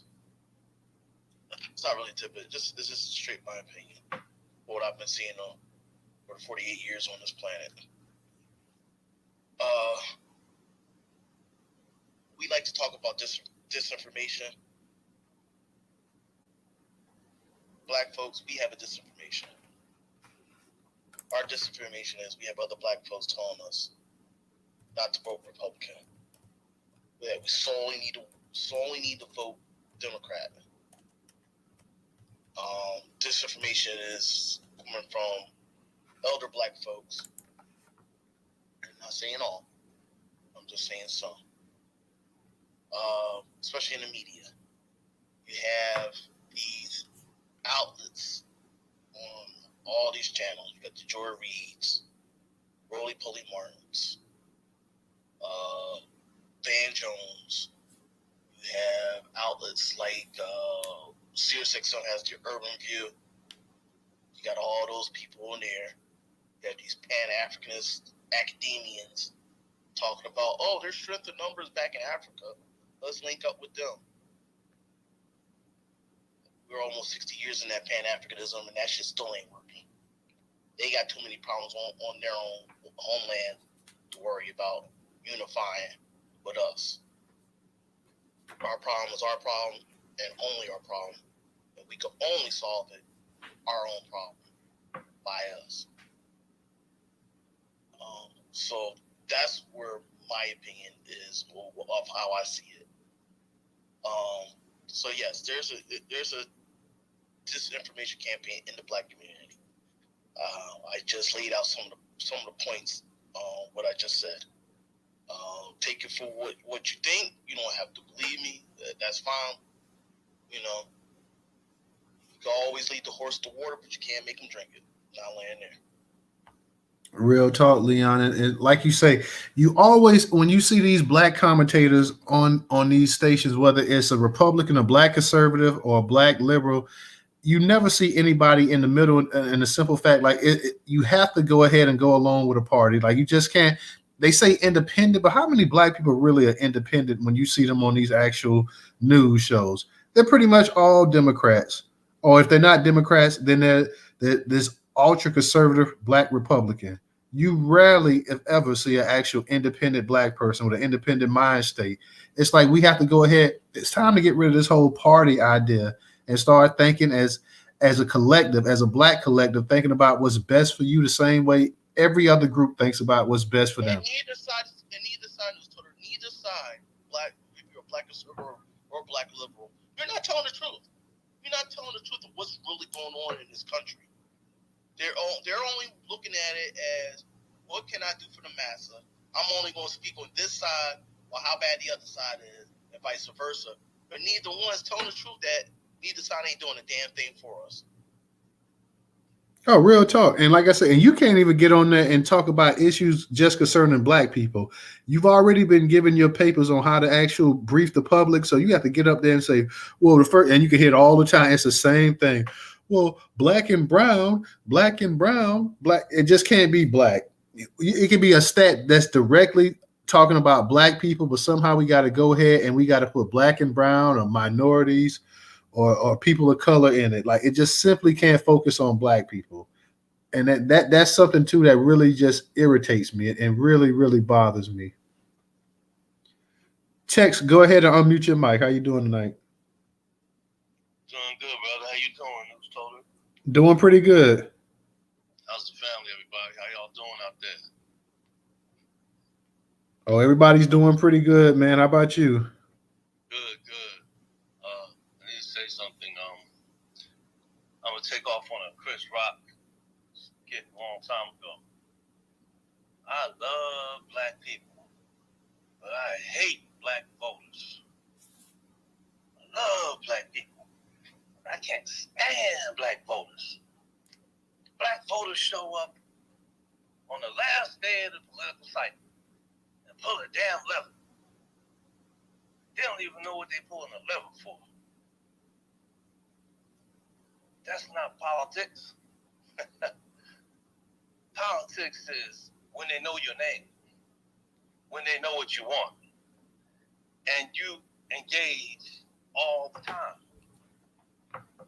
You run up in their office, or you be polite and ask for an appointment. You call them on the phone. You email them. You hit them up in the Twitter space, on Facebook, or whatever you use, and you let them know what you want. And you do that way before you pull a lever. So black voters think they doing politics when they vote. You're not. You could vote for a Democrat and you could vote for a Republican, but you still ain't doing politics if all you doing is pulling a lever. Because if you go left or you go right, they should know what you want. And there's a way to weaponize your vote. There's different strategies you can use. Some people register as independent. That sends a message. Some people vote Democrat and they cherry pick their candidates. Some people vote Republican and they cherry pick their candidates. You're not obligated to choose everyone on the line. And so that's a way to send a message. When they see that you skipped over their name, right, and you write in reparations instead of their name, now they know what you want. But I prefer not to wait until the last day when you pull a lever to write in something. I want them to know what I want 4 years before the presidential election and 2 years before the other elections. So it hurts me when I hear people say, what has voting done for us? It ain't done a goddamn thing for us because voting don't get nobody nothing. It's political. You actually have to think of yourself as an independent individual lobbyist who's putting in the work and putting pressure on them until they know your name and they know what you want. And it's better if you come with a group of people than just by yourself. So that's my take on it. I don't want people to run from the Democratic plantation because of the disrespect of Democrats and jump on a Republican hay wagon and whistle Dixie. No, if you're going to swing right, you got to weaponize over there. You got to vote down ballot over there. You got to put the same pressure on the right that you're putting on the left for reparations, because we're going to need this thing to pass both houses, Congress and the Senate. Republicans and Democrats have to support the reparations policy for it to pass. But right now, a lot of us are using the Democrats because the Democrats is the party that can't win without us. So that's the party that we can put in a chokehold. Not so much with the Republicans, but if we don't get straighten these Democrats up, nobody's going to respect us. So I'm not saying what exactly anybody should do. I'm just giving you some food for thought, and there's options, and there's different ways to strategize. And I'll land right there. Thank you. Thank you, Tex. And I agree with you. I mean, if you're going to vote for somebody, you got to demand action. And that's something we don't demand. We just sit here and we just always let it be what it's going to be. We gripe and we complain a little bit, but we don't really do anything. We don't hold the people accountable. So they know that they can run over us. And until we start holding them accountable, they're going to continue to run over us. They don't value the black vote. They feel like that's already in their pocket. They don't have to try hard for you. They know you're going to vote. Every analytic that they look at, all of the data pretty much already for the past 60 years lets them know that, hey, we don't have to do anything. They don't even really have to spend money on the black vote to really advertise, because black people, as long as they know it's an election, they as long as the Democrats could trot their candidates out there, they know black people, if they go to vote, this is who they're going to vote for. Now, the whole thing is like, hey, they want to have a decent voter turnout, so they'll spend money on that. But they know if you get ready to go cast that vote, they already know who you're going to vote for. Yes, that's why they disrespect us, because, there's not enough young people to set off the old people that are voting like automatically. Like, the old people vote automatic because they worrying about. I'll tell you before I had a story. I'll tell everybody this. And when the last president's election was here, I called my uncle. Right, my uncle was 83, might be 85 now. So I never really had a relationship with my uncle, other than maybe he gave me a ride once in a while because we never had a car, right? But he was a good man. He set an example because he went to work every day. He worked for the Ford Motor Company and GM and all that. So I saw him, he's married to his wife, and, he went to work every day. He dressed good, Anyway, I called Uncle and I said, did you know about the reparations movement? He said, who, Tony Yvette? I was like, whoa, Uncle's up on game. He following movement. I said, whoa. So we talk every day now. We start talking about it. We kicking it. We chopping it up. Come down to election time, he voted for Bernie Sanders. Because he said he was worried about Social Security. So that's what I'm saying. We have to engage the young people. Because young people might not have no Social Security. They trying to eliminate it now. So they want to make it 70 years old before you get your full Social Security. They keep raising the age up.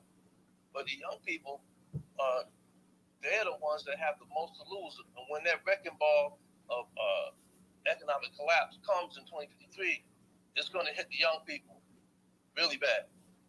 And it's already hitting you because you don't have no secure jobs, no well-paying jobs with benefits and stuff. They trying to make you guys part-time work, trying to keep you flexible part-time. They make you contractor. You don't have no benefits, no livable wage, no progress in terms of like raises and advancement. And I know a lot of y'all are very good at like creating your own money. That's beautiful, but that's not going to save everybody from economic collapse. All I'm saying is that we got to get the young people to offset the old people, because old people, they're just about to mosey off into the sunset, and they chilling, and they got their pensions and stuff. So the key is going to have to be to get young people to offset the old people.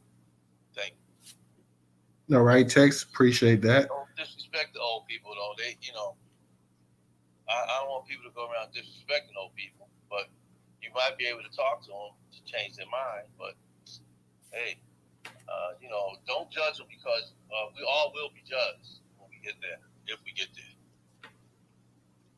All right, Tex, appreciate that. Thank you. And I agree with most of everything what you were saying as well too. So we definitely have to have we got to have that new voting block come in and kind of take over where the baby boomers left off at to really go ahead and I think to really get us over the hump and push us over there. Volvo, go ahead and unmute your mic.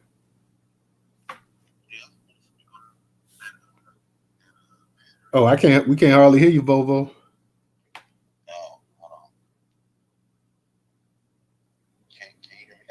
Yeah, I can hear you better now. Yeah, I just want to speak on that pattern again. Like when he came out and said, "If you don't vote for me, you're not black," trying to shame us into voting for him. Like I mean, that's the disrespect that we taking from these people.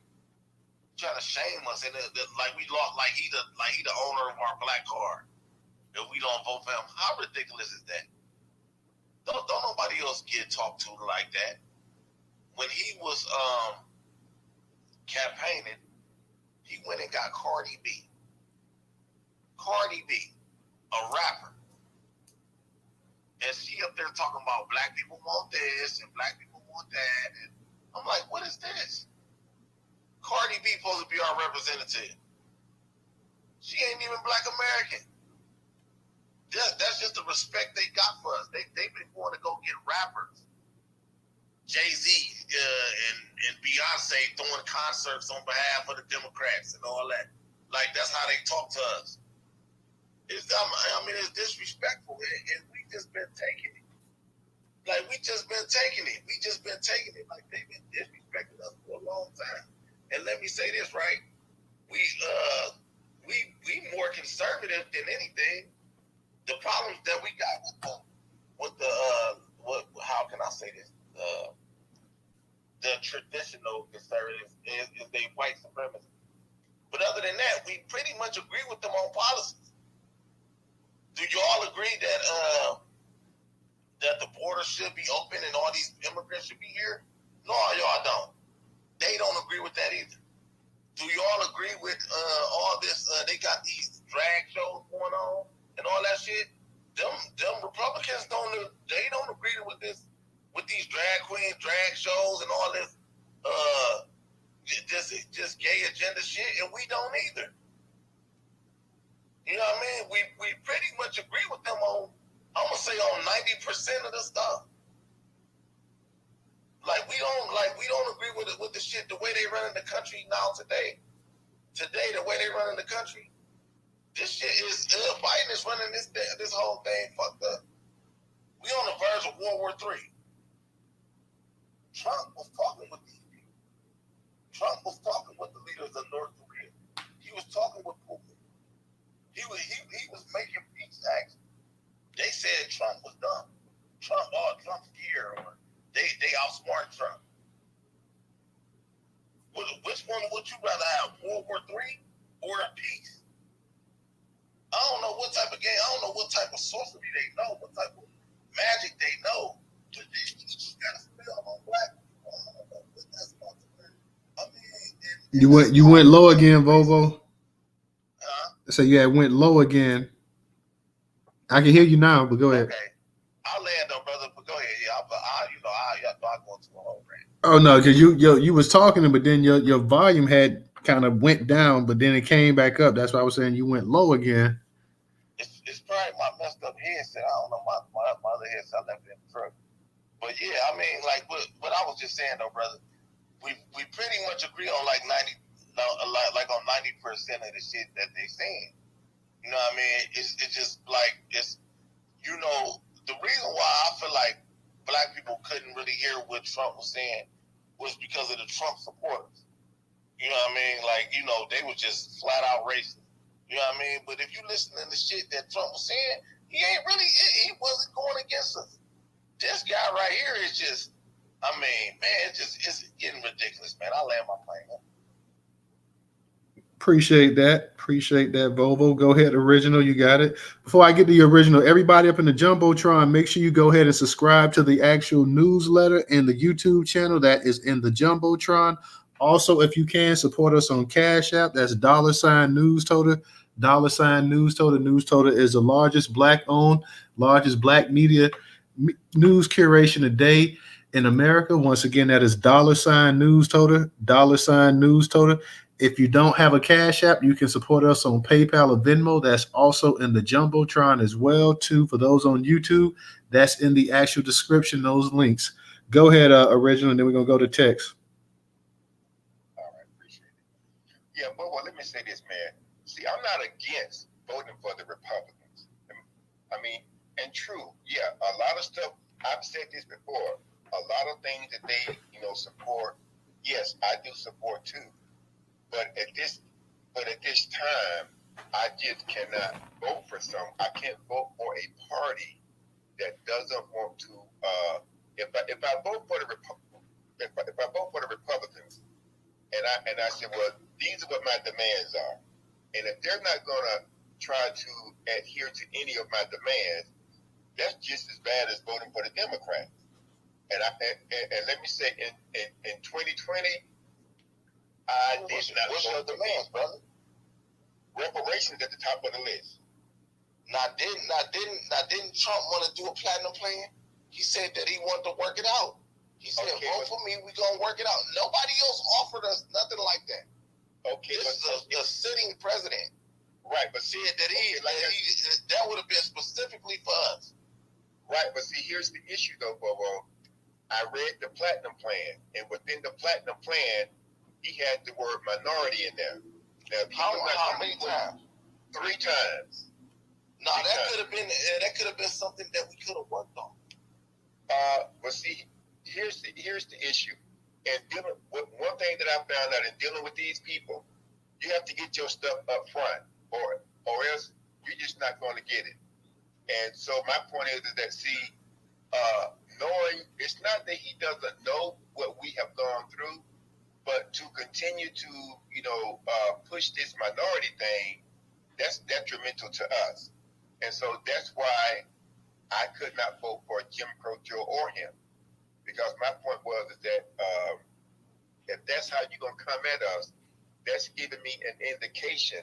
That's an indicator as to what I have to deal. That I have to deal with the same crap with you that I'm dealing with the Democrats, and that's not going to work out well for me.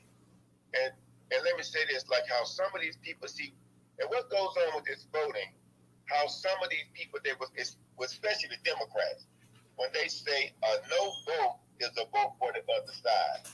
And what I say to them is, well, how do you know which side am I on? Okay, so you can't tell me that a no vote is for the other side, because you don't know if I'm nonpartisan or what. So you can't tell. And then the other trope they use, our ancestors died for the right to vote. And I asked them, I said, well, can you prove to me that my ancestors died for the right to vote?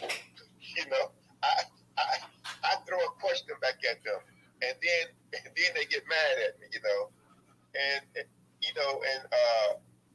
what you were saying about the Newstoter, what you were saying about George Washington. There's one of George Washington's slaves. Her name was Ona Judge Stannis, and she fled. She ran away from George Washington, and she ended up, destitute. I mean, she lived a horrible life. And before she transitioned, someone asked her about why did she leave, and she said because she would rather live a horrible life as a free person than to live in bondage.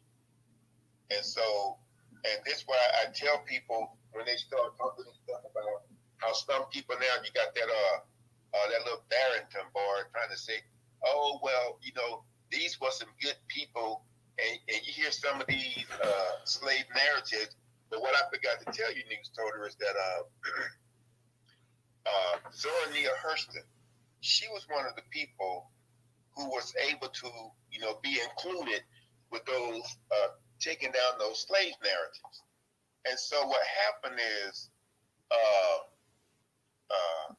the black people that it was her, and I can't think of it was another writer that was included too. I think it was two or three other writers that was included. But anyway, what the black people did when they would talk to the white people, they wouldn't tell them everything. But when they talked to Zora Neale Hurston and some of the others, they opened up like a floodgate and told them everything that was going on those plantations. Because even still to this day, a lot of people, the white people and the crazy black people that follow them, they don't believe that black men were raped on those plantations.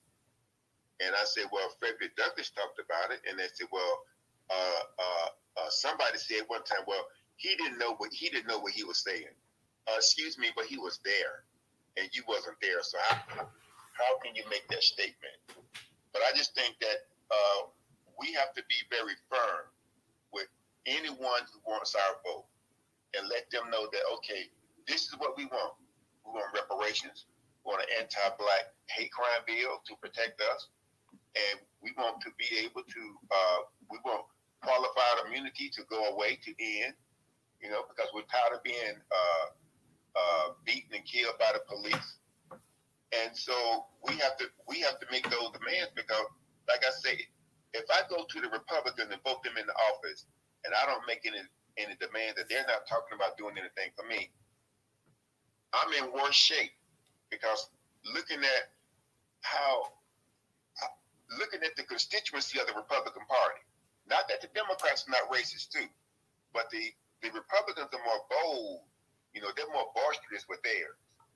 And so if I'm just gonna give you my vote and put you in power, and then if you start doing things that's going to, sit me back, then I'm in worse shape than I was before. So I think who that said the one that gets most of the vote gets the smoke. So I'm not. I think we need to just move down that line of thinking. So to see what we can get from, what we can get for ourselves. And I think if we just organize and we begin to push this, they don't have a choice, because yes, there are some of these older people, they do vote, and but they're open age. Some of them are in assisted living home, but they may be voting absentee ballot or whatever. But I still say, if we can get enough young people, whatever that number is, I think we could overtake them and make those changes. And I'm gonna land with that. Let someone else come up. All right, I see. Tex, I'm gonna get to you. I'm gonna get to you in a second. Tex, let me get L.A. Rob up here. L.A. Rob, what's going on? Ma'am, good evening to the kings and queens. News, what's your first name? My first name? Oh, I hit you up in the back channel on that. What's going on though? Mom, come here. No, don't turn it. Don't turn it. He right here. Just say mama for me. Say, this brother right here lost his mama, and he was praying for you, and he was praying for me. And his name is News. They call him News. The News. Spell your name. Oh, she ain't gonna do that right. Yeah, I'll do it in the back channel. But how you doing, ma'am? Fine. Oh, How are you doing? I'm doing pretty good. I'm glad to hear that you're doing well. Everybody been praying for you, mama. But he lost his mama, and it's been almost a month, I believe. Oh, it's going on 3 months actually, bro. But yeah. But he took time to pray for me, and he took time to pray for you. Thank you. And I talked him through it. He always been on my heart, and I said when I got here, I was gonna reach out to him. Okay. Because I'm right next to my mom. Oh man, that's like the best news I heard today. I'm glad for you, man. I'm so happy for you, and everybody in the space is too. I'm just glad you there with your moms, man, being there and being that support that she needs as well, bro. Oh, good. Let me ask you, can you do one thing? Yes, ma'am.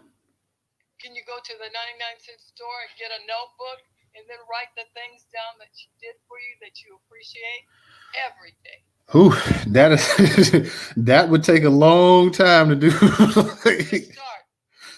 one day at a time, okay? Yes, ma'am. But that would definitely take a long time to do for all what she did for me. Oh, But you know what it is? What it is sometimes I ain't gonna say we forget, but it's good to look at it to remember. You know what I'm saying? That's all. That's all my mama be. And plus, she got that right hand, so just go ahead and do it. You know what I'm saying? Just go ahead and do it. So she ain't looking for you. I remember when you said you was going out there to be with her, man. Like I say, this is just a blessing to hear this, man. I'm glad that you out there with moms. I'm glad that you doing well as well too, and just keep fighting. I am with the Lord on my side. Yeah, the mama, With bro. God, all things are possible. Yes, ma'am. But remember, when you was marching, what was that lady name? That's who you was marching with when you wasn't playing no games when that was going down. Ron Karenga, who has invented Kwanzaa. Yeah, Kwanzaa. He's teaching at Long Beach State College right now, okay? That what we taught my mama a lot. Black history. Oh, my mama's the G with it. No, I could tell. Mine was too. It was a lot of stuff she done went through and sacrificed for me. So I'm always going. This is my T right here. All the bad stuff I did, she showed and teach me. I got out there on my own and did a lot of stuff. But hey man, y'all keep this thing going. Y'all brothers and sisters, y'all stay safe, stay blessed, long life and long health to you, and stay black. I'ma holler at y'all, guys. Definitely, and keep me posted too, man. It's good to hear from you, bro. I was wondering how everything was going and stuff. I knew you was going out there, so I didn't want to, try to like aggravate you anything like that. But I'm glad you out there with moms, and you already know, man. Definitely keep it up for moms, man. We only got one mom in this world, and definitely hug her and kiss her for everybody up in this space as well too. Mom, we love you. We glad that you're doing well. You got a son there, be proud of him. Great young man. He's a great man. So definitely. No matter what he's done. Hey, yes, ma'am. You already know. No matter what we do, our mamas always love us. You ain't lying about that. No matter what we do. Y'all stay easy, man, and keep going, bro. Yes, sir. Don't fight with each other, keep it battle. Them clear folks already did enough destruction to us, so just stay focused, guys, and holler at me if you need. I will do that. Thank you, brother. Thank you. That's the best. That's maybe the best. That I don't know that just the best little intro that I've heard so far in one of these Twitter spaces right here. The fact that this man mom and his mom came on here as well too, and this brother, like I say, when I lost my mom, he definitely reached out to me and just definitely kept me in good spirits and stuff like that too. And I just tried to let him know as well. I was thinking about him during his time of need as well too. So that was definitely that's empowering right there, man. That's the highlight of my day right there. No matter what else happens today, that is the absolute highlight of my day. And just the fact that this brother reached out to us and I just really at a loss for words right there. So LA Rod, man, much love to you and your moms as well too. Like I say, man, make sure you take care of mom. I know mom been taking care of you as well too. And that's how they do, man. Like it's nobody like mom in this world. Nobody, straight up. Tex, go ahead. And we're gonna go ahead and get to you, Tex, and then DJ had an actual quick video he wanted us to hear real quick, y'all. So definitely go ahead, Tex. You got it. Everybody, y'all, man, like I said, that just put me in a great mood right there, y'all. So just shout out to LA Rod, man. Shout out to that brother. That brother owns barbershops. He's an entrepreneur. He's doing his thing. He's positive. He tries to stay away from all the, the nonsense and stuff that go on these apps and whatever. So shout out to that brother, man. Shout out to him for always supporting the platform as well, too. Like I said, that even though these spaces don't be big and huge and stuff like that, it's just the fact that we do have some kind of, impact on people's lives. You just can't really put that into words. So Tex, you got it. Go ahead. Yes, sir, brother. I definitely believe in the power of prayer, brother, because a sister on Twitter gave me a prayer from my brother-in-law, and we took that prayer to the hospital and read it outside, even though it wasn't letting nobody inside. And basically, the prayer is giving thanks for his life and, like, not asking for help, but just thanking the Creator. So, man, I believe in that. Yeah, I believe the brother was right. I mean, if we're gonna vote, if we're gonna register Republican, we definitely have to put pressure on them too. And I just think we just need to do our homework, man. Because say I'm in a district and somebody's running for judge, like I need to know: is this judge throwing black people away and like locking them up and throwing away the key, or is he giving people a fair shot? You know. And that's what we got to really get microscopic with this, man. Like, I think in the Republican side, man, like both parties support immigration. It's just that the Republicans, they are really loud about like illegal immigration, but they need that cheap labor to run their businesses too. So, but I would say that, you know, one thing that the Republicans are doing is they're trying to hide our ancestors' graves. They're trying to whitewash the history so that nobody knows what our ancestors contributed to this country and nobody knows about our Holocaust, right? So the Democrats and the Republicans are working hand in hand to destroy us. Make no mistake about that. On one hand, the Democrats give us piecemeal reparations. I call them shit reparations because they're not going to close the wealth gap. They're not going to prevent the economic collapse. And when you give people reparations like that, it makes like people that don't know better, they think the Democrats are the party of repair when we know they're really not serious about reparations. And on the Republican side, they're saying the hell with your reparations, die, nigga, die. And they're also trying to hide their history. And we need all Americans to know our history because it might be a second generation that makes this thing happen. You know, how, like, when these kids that are in school now become voting age, if they know what's going on, they're going to vote reparations. But they're not going to vote reparations if somebody dumbs them down, that they don't even know the history. And it's not enough to teach them our history because we got 14 million black families. So we got to mandate our history in the school. So the Republicans is trying to cut our feet from under us in that effort. So if you are Republican, then you should say, okay, I'll vote for this guy. He seems okay. I'll vote for that guy or that lady. He seems okay. I'm not going to vote everybody because some of these people ain't for me. And I'm not going to vote for anybody who's trying to whitewash black history. Real talk. Can't disagree with what you said right there. DJ, I know you said you had a quick. I know you said that the video was longer, but you said you could play with about 6 or 7 minutes of it or something. Yeah, 2 seconds. All right. I see Goddess, you up here. Did you want to say something real quick before we push on this video? Not right now. I will after the video. Oh, okay. All right. So yeah, y'all make sure tomorrow night, y'all, we're gonna have a Cali Task Force Reparation town hall. So y'all make sure y'all come in tomorrow night. I already tweeted the space out and stuff like that. So if y'all see it, go ahead and retweet it out. But y'all make sure y'all come in tomorrow night. We're gonna have a Dana from the Real Dana on in the YouTube space as well too. We're gonna go in and y'all get a chance, man. That reparation, that task force video, that's a long video, man. That thing like 8 hours. I've seen a couple hours of it, and I'm gonna see some more of it as well too. So y'all go ahead and check it out. Make sure y'all come up in here and get up on the mic. I got a bunch of people up in here that come up here and talk, but y'all want to act brand new.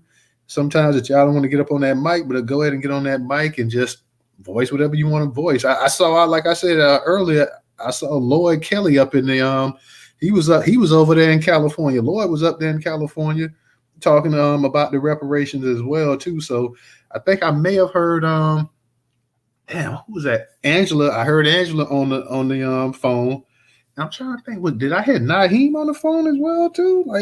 So we heard a bunch of some of our people that was on the actual phone or in person and stuff like that too. And like I said, I ain't seen the whole video yet, so I'm gonna be checking that out as well too. And the one cat that was talking about Marcel and Naheem, like I don't really know what that was about, but hey, it is what it is, man. Like LA Rob was saying, we got enough with the clear people, man. We got to kind of, stay on code as much as possible here, man. If you don't rock with people, you don't rock with them. That's fine. Nobody's saying you got to be best friends. Just go your way. Do your thing. Leave people to their own vices. Let people do what they want to do. Don't worry about it, man. Just go ahead and take care of you and yours. That's all I can say. People worry about what be going on in this space here, and I ain't paying them a damn bit of mind. Don't think about them. Don't talk about them. Nothing. And they sitting up here worried about what's going on in the Newstoter space. Oh, all he do is put out a content all the time. Like, yeah, nigga, what you think we supposed to be putting out over here? Hey, shout out to Beatzilla PDX. You know what I'm saying? You already know. Oh yeah, shout out to Beatzilla. Shout out to Alpha Network. Shout out to Afro Elite. Shout out to all of those. Shout out to the real Dana. Shout out to all of the people that's in media and stuff holding it down as well. To independent black media, new black media. Shout out to all of those people doing their thing, man. Black media dealing with FBA guidance. Oh, shout out to FBA Goddess as well too. Shout out to that sister. That sister definitely holding it down. So shout out to her as well. We ain't trying. There's so many people out there. We can't name them all, but it's a bunch of them putting in that work, man. So shout out to them all. Ray, I saw you had your hand up real quick. You took my talking point. That's why I went ahead and dropped it, man. I was gonna say the same thing. Meet your mic, Ray. Meet your mic. As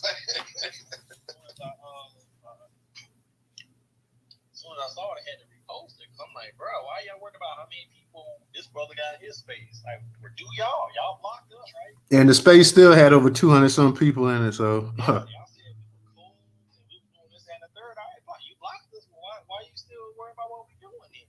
That's all I'm saying, bro. Wait, what? I'm confused. He's just talking about some haters that be constantly coming up hating and whatnot. Just got nothing else better to do and sit up here worried about what we doing. So it's So we used to have, I ain't gonna say no names, some people that used to rock heavy with Newstoter. Long story short, they decided for whatever reason we were some coons or whatever. So they blocked us. I'm not arguing, I agree. You wanna block us? It is what it is. So they blocked us and kept pushing, and they unblocked us. How many people was in the space and then it was talking about us. It's like, what? You talking about us and we ain't thinking about you? I ain't thinking one bit about them, truthfully. Actors ain't got their own media company. They barely got a computer and shit. So how the hell you hating on us doing media? You know what I'm saying? Real talk. Real shit. You know what I mean? DJ, before you play the video, I got to tell y'all what I've been going through, right? So I know it's like kind of been off the app. They doing my thing, right? So the reason why I've been going off is I'm in the middle of a move, right? So pay the company $5,000, right? Move my stuff from so where I was to where I'm at now, right? Now in Pensacola now. So now I'm in Pensacola, right? So yesterday I was supposed to move in. So I show up early, get ready to walk through with the guy or whatever. I open the house, bro. There's light switches hanging down. There's water on the floor. Dog hair. I'm like, what the fuck is this? Is this what y'all trying to sell? Help me get into? And it was like, oh, Mrs. Smith, I'm so sorry. Long story short, somebody got fired and they forgot to pass it down, blah, blah, blah. So I'm sitting here with this moving truck full of stuff I had to pay these people to, to move my stuff in, and I ain't got nowhere to move it to, right? So obviously at this point I'm raising hell, right? So they moved me. Y'all know those display houses are, like those places you go where like, okay, this is what the apartment looks like, this is the layout, and have like fake furniture and stuff. They got us in that because obviously I can't stay at my old house, and the new house is shit itself. And the top of it, the icing on the cake is, so the moving company's like, well, hey, we're supposed to deliver today, but your house wasn't ready. That's not, on us, and obviously not on you either because they fucked up. But since our truck is tied up, you got to pay us an extra $200 a day. I'm like, get the fuck out of here. Y'all fucking serious.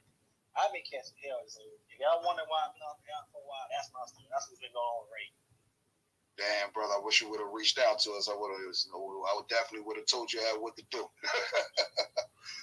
Yeah, I knew it had to be something. So I was like, well, I know you had to be busy with the family life. So I wouldn't.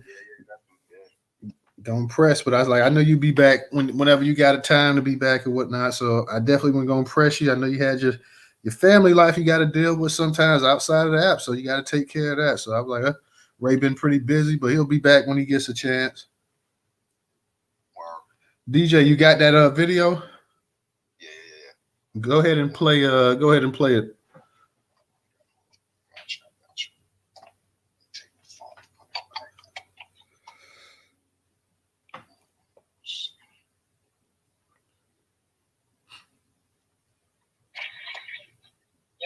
Gentleman from Alabama is recognized for 5 minutes. Gentleman from Alabama is recognized for 5 minutes.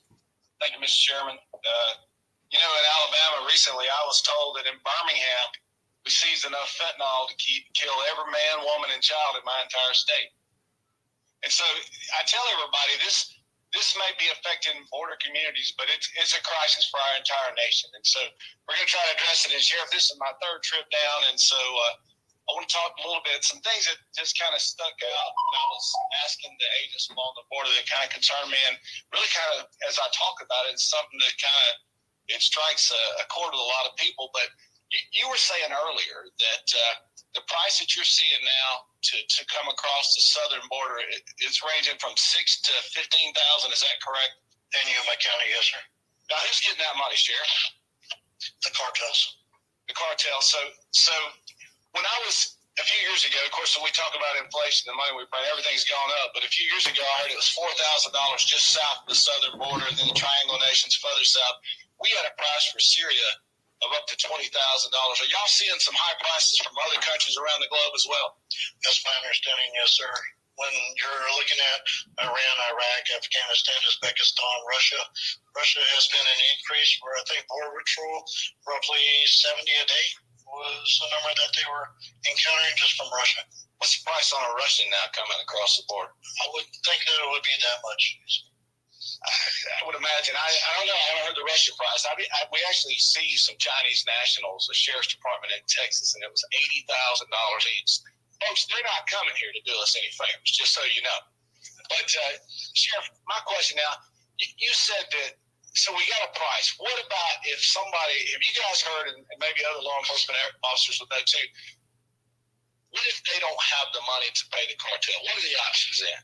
So the option is that it's indentured servitude, slavery. They're going to be sent to a certain location. And I found pieces of paper down on the border that lists the location that they are to go to. And that's where they will work off their debt, depending on what you're capable of doing. Wait, now, Sheriff, so you're telling me that Biden's policies on the southern border actually create American or slaves from around the globe. Is that correct? Correct. Wow. So the Democrats who accuse us of all the awful things that we do, they're actually enforcing policies now that are creating slaves in this country.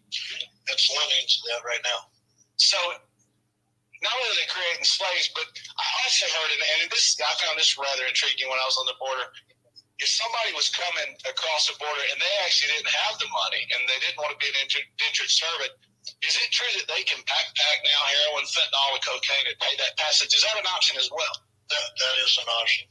So the Democrats' policies, two things now. So they're creating slaves and drug mules. Is that where we're going with this? No wonder they don't want to come talk about it, right? So now that we've got this issue of slaves and drug mules, I want to change over a little something I saw. And you guys, this is trouble to me. Is I went to Fort Bliss, the Emergency Intake Center. You guys heard of this? Fort Bliss, to handle all the unaccompanied minors coming to this country. And as I was there, the admiral's running it, and I'm like, sir, why don't we send these kids? These are unaccompanied minors now, back to their home country, back to their town. And the admiral said, well, they don't know where they came from. So these kids were from, I saw one, I know he's probably not more than 5. And I saw some probably, the average was 16, 17-year-olds. So they're saying these kids, these unaccompanied minors, do not know where they came from. I said, well, where are we going to send them to? Oh, we're going to send them to a Google address in the United States of America. Then we don't background check the people we're sending them to. So one of my friends here, I remember earlier hit on this, we are actually with taxpayer dollars are now trafficking children, and we're paying to get them there on American taxpayer dollars and put them in God knows what and God knows where. And so this the thing that really, I think Andy Biggs has mentioned this, Rep Biggs, is, y'all, we've lost 20,000 children. Mayorkas said himself in a hearing he does not know where 20,000 of these children are. And that's just staggering to me. So Sheriff, have you, as you begin, is it mostly heroin and cocaine now and fentanyl, or is it just mostly fentanyl? Unfortunately for Arizona and California right now, we're the worst, and the top as far as fentanyl, and below that is methamphetamine. And to address your other comment, what you're looking at is a ploy by the cartels marketing a way to work with Mayorkas on the reunification policy that he put into place. So if you send your child across as a child that's by themselves, then you can be reunified when you come at a later date and time. So the cartels are exploiting every policy that this administration has put into place. And it's almost like they're better at the game than we are, right? I mean, they know before we know what's happening. I know that they're talking about the new rules that the Biden administration will enforce. And basically, that just adds another step. But my understanding last night, I was talking to one of the border agents, is once the illegals, when they cross into the country, they want that MTA, that motion to appear in court. Is that correct? Now, Mr. Lyons, could you tell me for sure, when they get this MTA, does that automatically qualify them for benefits? Yes, it does. So you're telling me they come into the country, they turn themselves in, and then they get the MTA, and they are qualified for benefits from the American taxpayer? Yes, sir. Do you have any idea how much those benefits run, or how? Any idea? Have you heard that, Mr. Lyons? Up to $800 a month. $800 a month. And so I understand, too, we give them a cell phone. Yes, we have. Y'all heard that we actually give them a cell phone? My kids would probably rather come across the border, honestly, sometimes. Yes, sir. So we give them a cell phone that they can jailbreak and use it however they want. My understanding. Go ahead, Lyons. I'm waiting. I want to hear what you got to say. Well, it was just they give them that phone so that they know where they're at. But we have a 95% failure rate to appear for those motions. So you mean they take our phones, but they don't take our phone calls? Is that what you're telling me? Yes, sir. Yes, it's the worst state. Man, that does sound like my kids. Now, Doc, one last thing, and then we'll get off, and I'll give Mr. Jordan. I didn't have a time over here, Jim. Am I overtime? You're definitely benefits continue. Overtime. Benefits continue. In German, it says I'm definitely overtime. Last question, Doc. So 100% of the immigrants, when you deliver the children, you have to give them car seats, I understand. So because the federal government requires you, isn't there some rule that says you can't send a child away from the hospital without a car seat? Correct. CMS rule, we cannot do that. So we're buying all the car seats as we send them on the way and paying for all the health care, and you're $26 million in debt. That's correct. Very good. Thank you for your time. I appreciate it. I'll get back, Mr. Chairman. Thank you,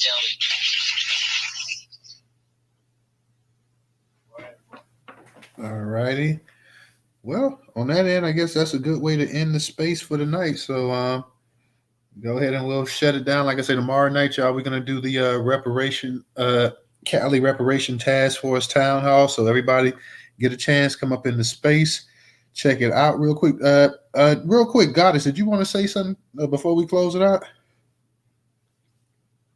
This might sound controversial, but when they were talking about the kids and losing the kids and all that kind of stuff, I don't care about that shit. And the reason why I say that is our kids are always missing. Nobody looks for them. I know that people might say, hey, you found that mean when it comes to the kids, but that don't bother me at all. And as far as the title, I'm sorry, I'm getting something. As far as the title, that video that I saw was very funny and looked very stupid. When I don't understand why them old people feel like they gotta always protest and linking arms and doing that dumb shit. It's time out for that. We don't do that anymore. We beat ass. We don't do any linking arms and we shall overcome all that bullshit. All of that is over. Fuck that. I'm ready to beat some ass. I ain't got time for all of that. So anyway, thank you. That's all. Love you. All right. Thank you. It did look ridiculous. Like I say, when Joe Biden, he's sitting up in the middle of it. Like it's like almost an Oreo cookie. Like you got two chocolate outsides and he's the cream in the middle. So it looked just utterly ridiculous to me, in my opinion. Go ahead, DJ. DJ, you got your hand up. You gonna say something?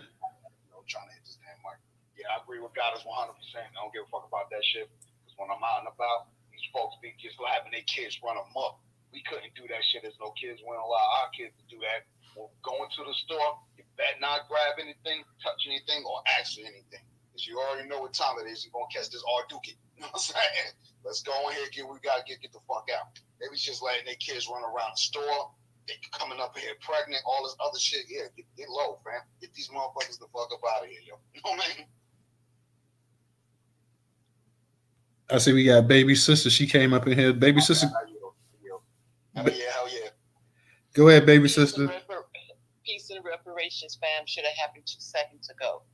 You know, yeah, it's almost as if they are trying to go from one gamut to the other, the Democrats, forcing us to say we can't vote for them because they're just too disrespectful, and how they, treat our kids and the sexuality.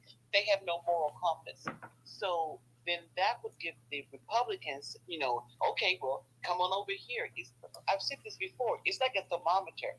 They're trying to take a temperature on how well our ass is bearing for the disrespect that they're giving us. It's like the lesser of two evils. And like you said, Newstoter, well, it's not going to be a lesser of anything. We'll just turn our backs. If we're not going to get anything anyway, then screw it. But I wonder how much we're going to take, like the sister said, before we say fuck it. Fuck it. We're not getting anything. We're trying to be peaceful. And then when we realize you can't actually get something back nice from somebody that took it by force. And that just makes no sense to me. I'm going to kick your ass and take your shit, but I'm going to give it back to you because you asked nicely. It's just beyond me. And I think it's coming to a head that all of us have come to the consensus. You know what? I ain't got shit to win, and I definitely ain't got shit to lose. I land my plane. So I'm just, this is pathetic. Oh, I hate Joe Biden.